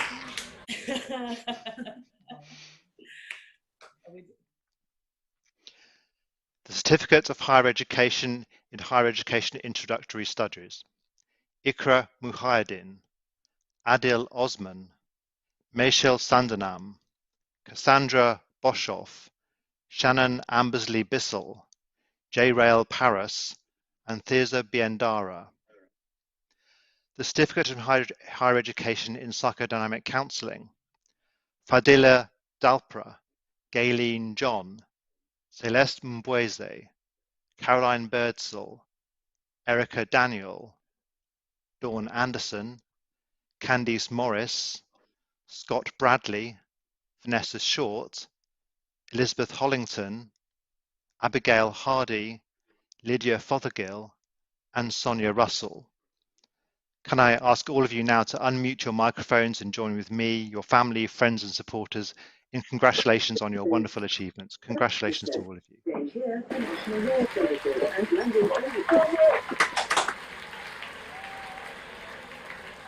This train terminates at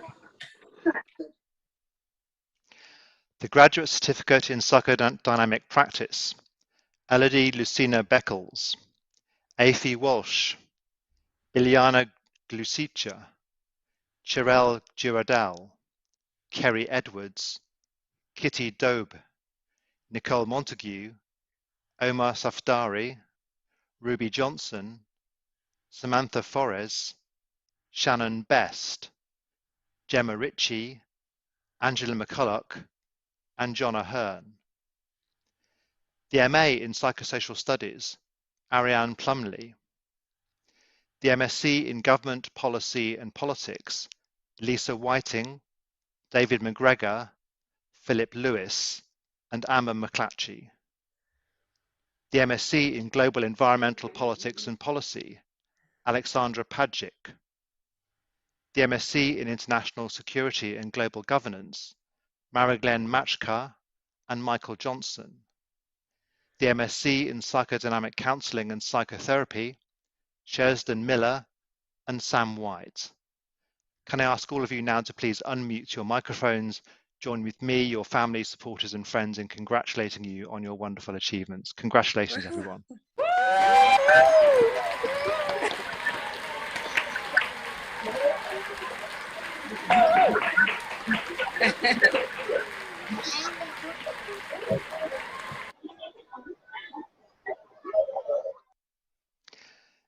The MSc in Public Policy and Management, Kathleen Caper, Belle Crew, Abdul Shah and Claire Alsop.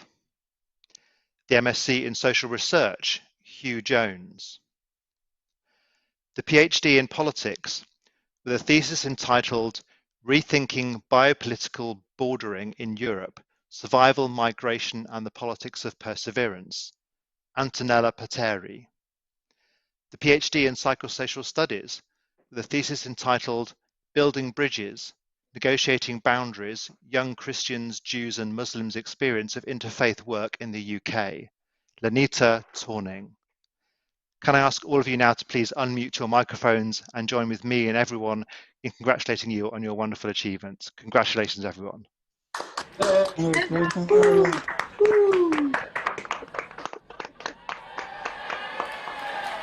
Congratulations, everyone.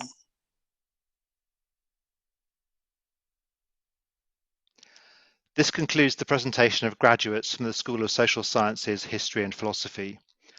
I want to congratulate all of you on your successes, especially during such a difficult and challenging time for all of us. On behalf of all of my colleagues in the school, I want to wish you the very best for the future. I now hand it over to my colleagues.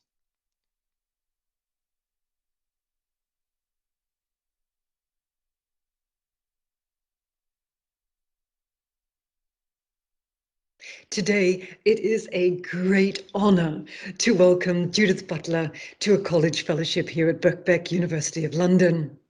Judith Pamela Butler is one of the most widely read philosophers on the planet and the most influential voice in contemporary gender theory. Butler's name is inseparable from queer theory, feminism, radical ethics, critical theory. Their books, she identifies as non-binary, their books are foundational texts in gender and philosophy courses in universities throughout the world, but also central texts in literary, film and performance studies. Butler's reach, however, extends far outside the academy. Their name and ideas are widely referenced in popular culture as well. Even scriptwriters working in mainstream television, film, comic books feel comfortable sprinkling in references to heteronormativity and performativity, thanks to Butler. As a black character in the TV series Scandal casually mentioned, oh, race is just a social construct. So, where did this intellectual icon come from? Butler was born 1956 to a dentist father and a mother who advocated for fair housing. Butler's parents, who were of Hungarian Jewish and Russian Jewish descent, were practicing Reform Jews. Butler grew up in Cleveland, Ohio. One anecdote about their early life starts with the comment that they were a too talkative adolescent.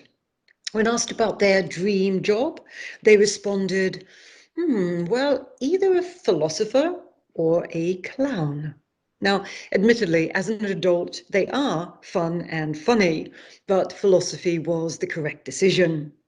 They attended Bennington College, a private liberal arts college in Vermont, before moving to Yale University for their BA, MA, and PhD in philosophy. Their PhD, awarded in 1984, explored the concept of desire from a Hegelian perspective. Since 1993, they have been based at the University of California, Berkeley, becoming the Maxine Elliott Professor of Rhetoric and Comparative Literature in 1998. They are legally non-binary and live in Berkeley with their partner, the distinguished political theorist Wendy Brown, and musician son Isaac. Now, it's impossible to even hint at the full range of Butler's intellectual work.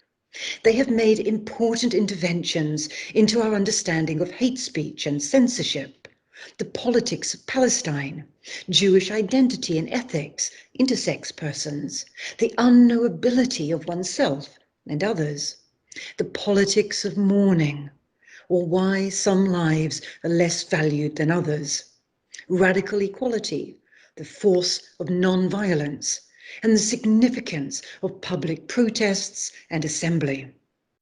Relational interdependency is important to their way of thinking. Spurning an individualist perspective, Butler insists that each of our lives are bound up with the lives of others. You can't exaggerate the impact that Butler's books have had on the world. The book Gender Trouble, Feminism and the Subversion of Identity, published in 1990 when they were only 33 years old, has been translated into 27 languages and sold over 100,000 copies. That book and its sequel, Bodies That Matter, on the Discursive Limits of Sex, published 3 years later, were influenced by continental philosophers such as Hegel, Freud, Lévi-Strauss, Foucault, Lacan, Irigaray, Derrida, Kristeva, de Beauvoir, as well as the philosopher of language J.L. Austin. Now, Butler argues that gender is constituted by a repetition of actions and speech acts that give the illusion of an underlying essence that does not, in fact, exist.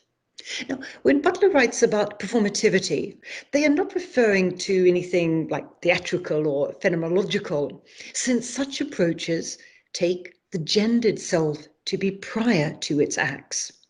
Rather, they understand constituting acts not only as constituting the identity of the actor, but as constituting that identity as a compelling illusion, as an object of belief.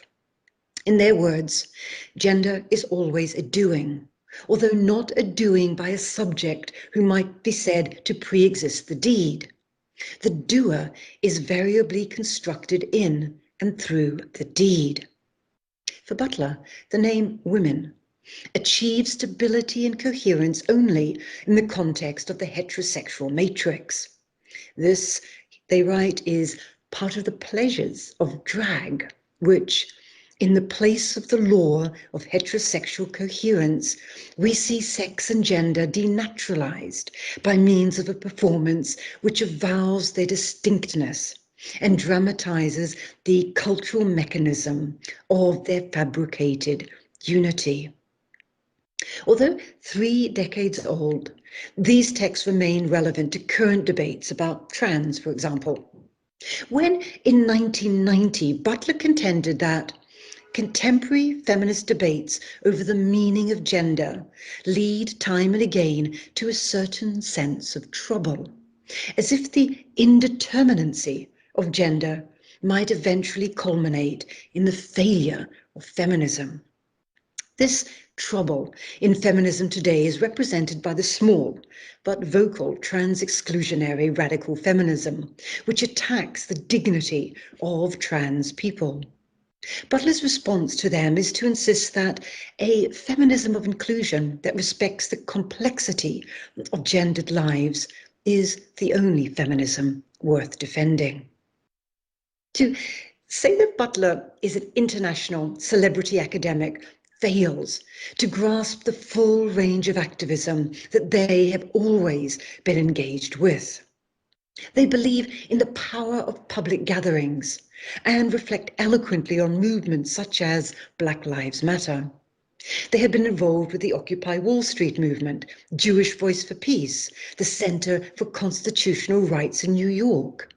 They adhere to an ethico-political position of non-violence, not as a passive practice that emulates from a calm region of the soul, nor as an individualist ethical relation to existing past forms of power, but rather as an ethical position found in the midst of the political field. Awards, prizes, distinctions have been showered upon Butler. They have been awarded the Andrew Mellon Award for Distinguished Academic Achievement in the Humanities and the Adorno Prize from the city of Frankfurt for their contributions to feminist and moral philosophy. Yale University awarded Butler the Brudner Prize for lifetime achievement in gay and lesbian studies, while the city of Cologne awarded them the Albertus Magnus Professorship, awarded to a person of international renown who addresses issues that are important not only in the fundamental sciences, but also in public debate. They have received at least 12 honorary degrees. In 2014, they were awarded the diploma of the Chevalier of the Order of Arts and Letters from the French Cultural Ministry. They are a corresponding fellow of the British Academy and members of both the American Philosophical Society and the American Academy of Arts and Sciences. Butler has been a generous contributor to our Birkbeck community. They have been a visiting fellow in the Department of Psychosocial Studies at Birkbeck since 2009, and active not only in that department, but also in the Department of Law and the Birkbeck Institute for the Humanities. Now remember, Butler is one of the busiest thinkers in the world, yet has found time to engage in numerous public conversations with Birkbeck staff and students, contribute to our books, give lectures and seminars to the wider public as well as to graduate students. We have all been inspired, enraged, and enthralled by their thinking, and humbled by their warmth and generosity of spirit. Most of all, Butler has inspired us by insisting that in order to achieve ideals of radical justice, equality, and freedom for everyone, but especially minoritized and marginalized people of this world, key concepts must be solidarity and the building of coalitions. Radical equality will require collective action. Butler invites us to ask, what kind of world do we want to build together? Then imagine the radical possibilities. Forge alliances with others to make them happen. By accepting this college fellowship, Judith Butler signals their support of our educational, ethical, and political mission to make a positive difference to the lives of others. We are thrilled that Butler has agreed to become a fellow of Birkbeck.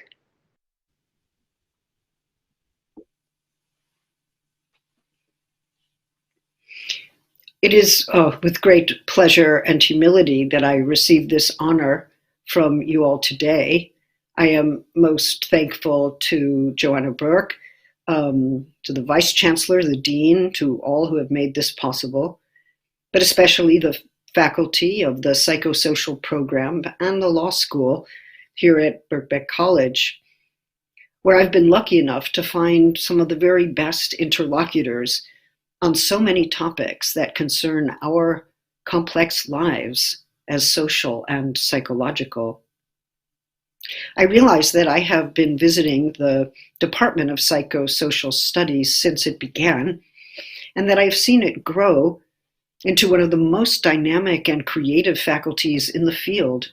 Indeed, the field of psychosocial studies has been renewed and redefined by this very department as a critical and imaginative interdisciplinary exploration. It serves now as the model, if not the paradigm, of psychosocial work everywhere. Although many justifications and explanations have been given for psychosocial studies, many of us know the value of such work intimately, even if we do not always call it by that name. Consider, for instance, the sense of isolation or depression that you have lived with during these many months.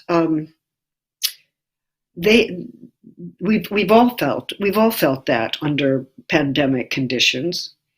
Consider as well how many people have overwhelmed the psychotherapeutic community these days with their calls for help. No psychotherapist I know has time enough to take on new clients at this point. But even the conditions that affect us equally produce very different kinds of reactions. Even the conditions that seem to affect us equally affect minority communities more than others.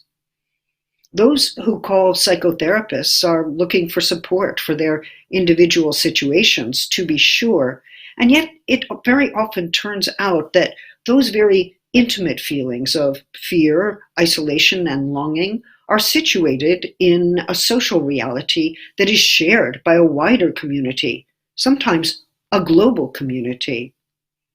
This is a contemporary social reality with a history. If you think about it, nothing could be more personal and singular than the fear for one's own bodily safety.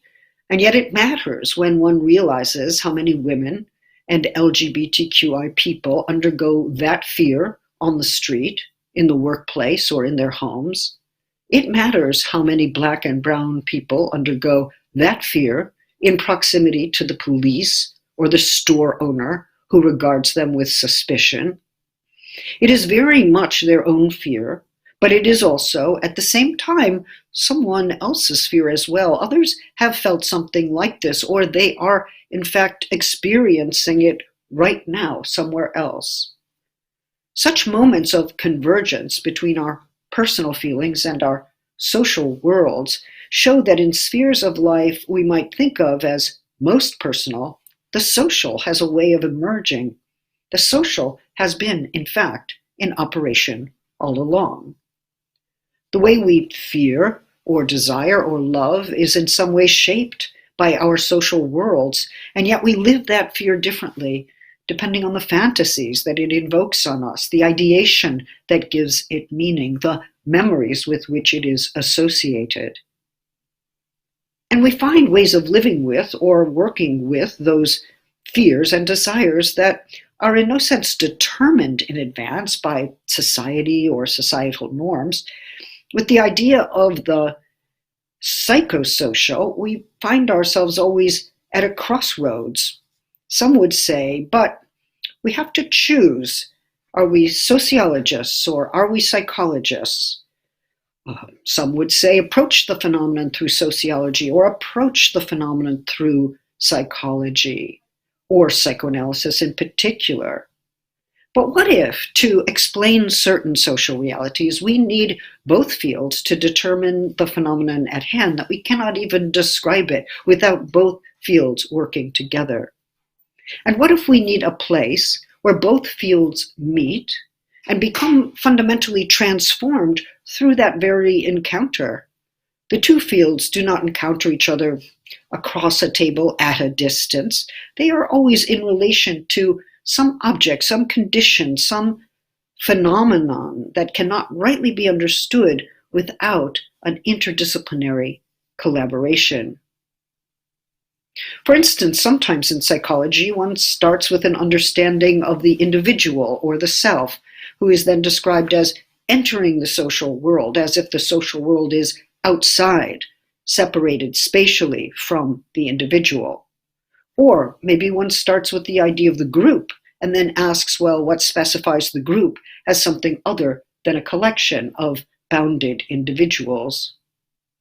But if we can say that each of us emerges as the people we are through being partially formed by social norms, practices, institutions, economic conditions, and the sense of limit and possibility they impose on mobility and expression, and it follows that the social is working on us before any of us individuate, or rather it is there as the very means and material of individuation. We think of individuals perhaps as bounded subjects, but under pandemic conditions, we are mindful of the ways that our bodies open onto a shared world, how all the orifices establish our sociality, our relation to natural elements, our dependency on a well-organized world. We breathe each other's air. we find ourselves in proximity to strangers whose health status we do not know. We take protections not only to secure ourselves against the virus, but to protect some set of yous, you out there, the you I know, as well as the you I do not know and may never know. Sometimes we take precautions because what I call my self-protection is inevitably bound up with my protection of you. The same situation of proximity in space, the same need for air, means that one life is bound up with another, that a social bond exists among us, whether or not it is codified or contractual, whether or not we even know it. One reason our bodies are not quite the same as property is that the requirement to live as a body depends fundamentally on the air that we breathe. Is it clean? Does it carry a virus? It depends as well on a shelter in which we can live with some enduring sense that we are protected from the elements and from violence. Depends on nourishment, which we know remains inadequate, unaffordable, or inaccessible to so many. We are not bounded. We are, in every case, dependent on there being an environment, a natural world, a set of others, a set of social organizations that help to keep us living on. The way we can start a story with the singular self, bounded and discrete, is, of course, important. We all tell personal stories. We write autobiographies. We engage in memoir. Or we can start with a theory, an hypothesis, or a methodology that begins with a singular and bounded subject. Surely that's possible too. But at some point, we have to give an account of how that singularity got formed, how that I, that first person, came into being and was sustained or imperiled, and through what means, in what world. And what, in that singularity, that singular selfhood, is shared with others and cannot be understood outside of that context. So that doesn't tell us what social world made possible the emergence of that singularity when we start with the individual subject. It's true that the boundaries of the body contain us in some ways. They make us discrete, but they are also porous, opening us toward the world in ways we require in order to live, in order to love. Those life requirements entail infrastructures of care, and when those infrastructures fail, our lives are, in fact, imperiled. My sense is that psychosocial studies does not deny the importance of this body and this life in its singularity, the one that belongs to you, but not exactly as property. It insists that methodological individualism cannot be the point of departure, for that begs the question of the social and psychic formation of subjects.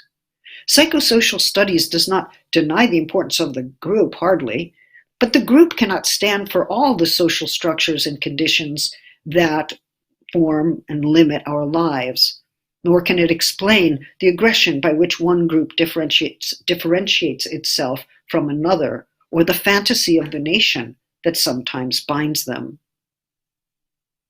It could have been climate change or the radical inequality of food distribution that showed how our singular lives, our singular embodied lives, requiring air, shelter, food, and water, link us in the immediate here and now to the elements of the world, to social and economic worlds, and make social creatures of us all.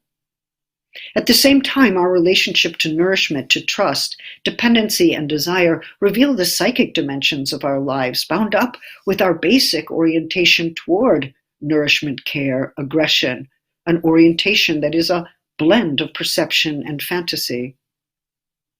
We sometimes speak of economic and social powers as if they are distinct from psychic life, but those very powers help to form psychic powers. When we consider xenophobia or racism, when we consider the operative fantasies about women that provide the rationale for sexual subordination and violence, we are talking about phenomena that are social and psychological, So we need a socially informed psychoanalysis to read and understand the dominant fantasies of our time. We need this, like we need air to breathe, in order to live on together, to find the social forms that secure the conditions for life for everyone, and establish care, not only within the province of the family, but for communities across the globe. Without the psychosocial, we cannot come to know ourselves in relations with one another, our independency, our conflicts, and our shared needs. For some phenomena, like the denial of climate change, are psychosocial in nature. And without a full interdisciplinary understanding of that phenomenon, we will risk the future of the Earth. So I thank you for this honor, and I congratulate you on finishing your work. It is a moving experience to be here and see this moment of completion. It's so hard to work under pandemic conditions, and yet you obviously kept your communities together.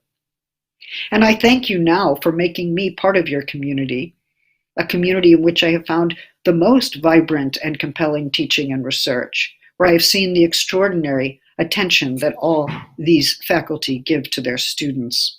I'm pleased and I'm honored to be part of this community of scholars who have invited me into this project of seeking to understand and change our world in times that have brought a new sense of peril, as well as new hopes for broad and broadening solidarities.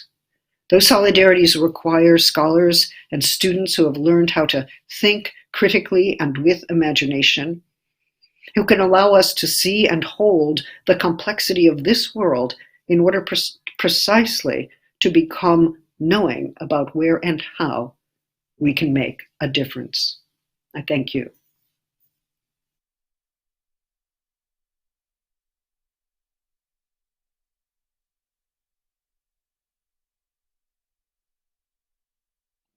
Greetings, everyone. Greetings to the Master, to my academic colleagues, but primarily greetings to you, the graduates today, and your family and friends who are there with you to celebrate your graduating. Congratulations to every one of you. So what is becoming clear throughout COVID, and this is the second year in which I've recorded this message. Last year it was rather more formal. I still pretended that I was at a lectern addressing a huge room full of people, but I'm not now. I'm speaking from my home on my laptop to each one of you. So it's to you that I'm speaking. And what we've learned over this time is that we are living through really strange and bewildering times. We simply can't predict what's going to become of the world.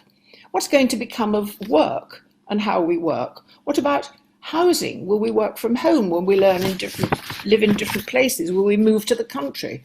Will tower blocks cease to be what we want in life as places to either work or live? What will happen to all the different issues politically around the world? And what about the planet? Will that survive? There can't have been an issue as great as that for, well, since the start of time. So here we are facing all these problems and thinking it's never been as bad as it is now. Well, let me tell you, at other epochs, it's always seemed cataclysmic in some ways.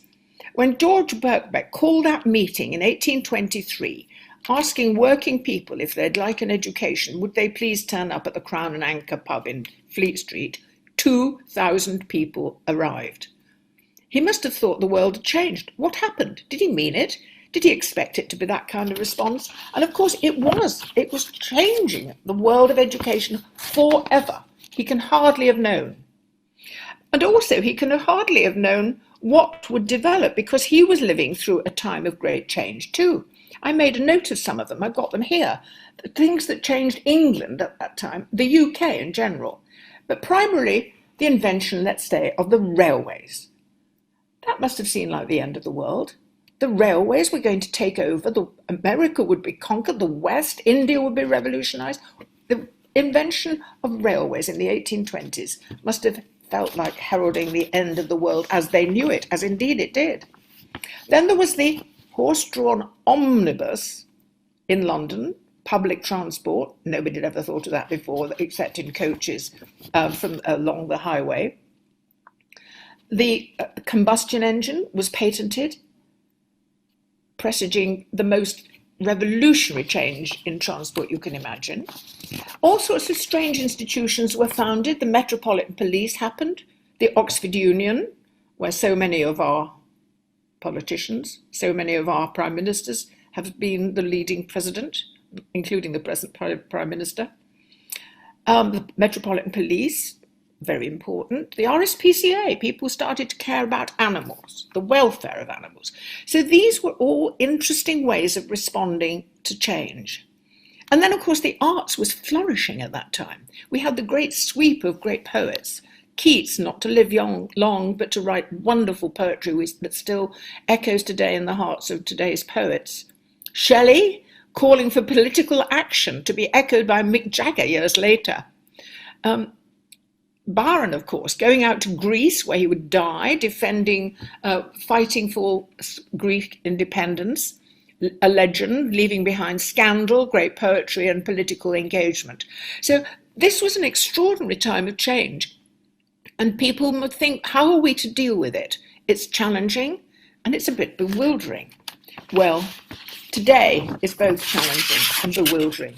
I would say you could sum it up in 2 words, really, briskly, from the newspaper headlines: COVID and Brexit.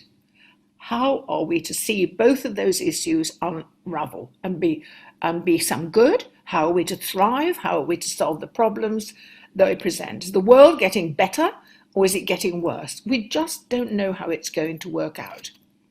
And here's my message for you, because with every crisis, there is opportunity.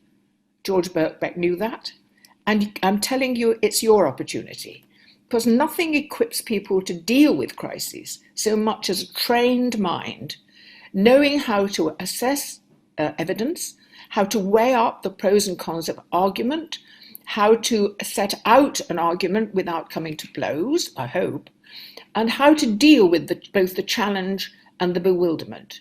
Your degree at Birkbeck has put you in that position, and I urge you to use it to the utmost degree. You will relish doing so. Problem solving is one of the great delights in life, and you have problems ahead of you and the skills to resolve them. So to each and every one of you, my congratulations and good luck for the future.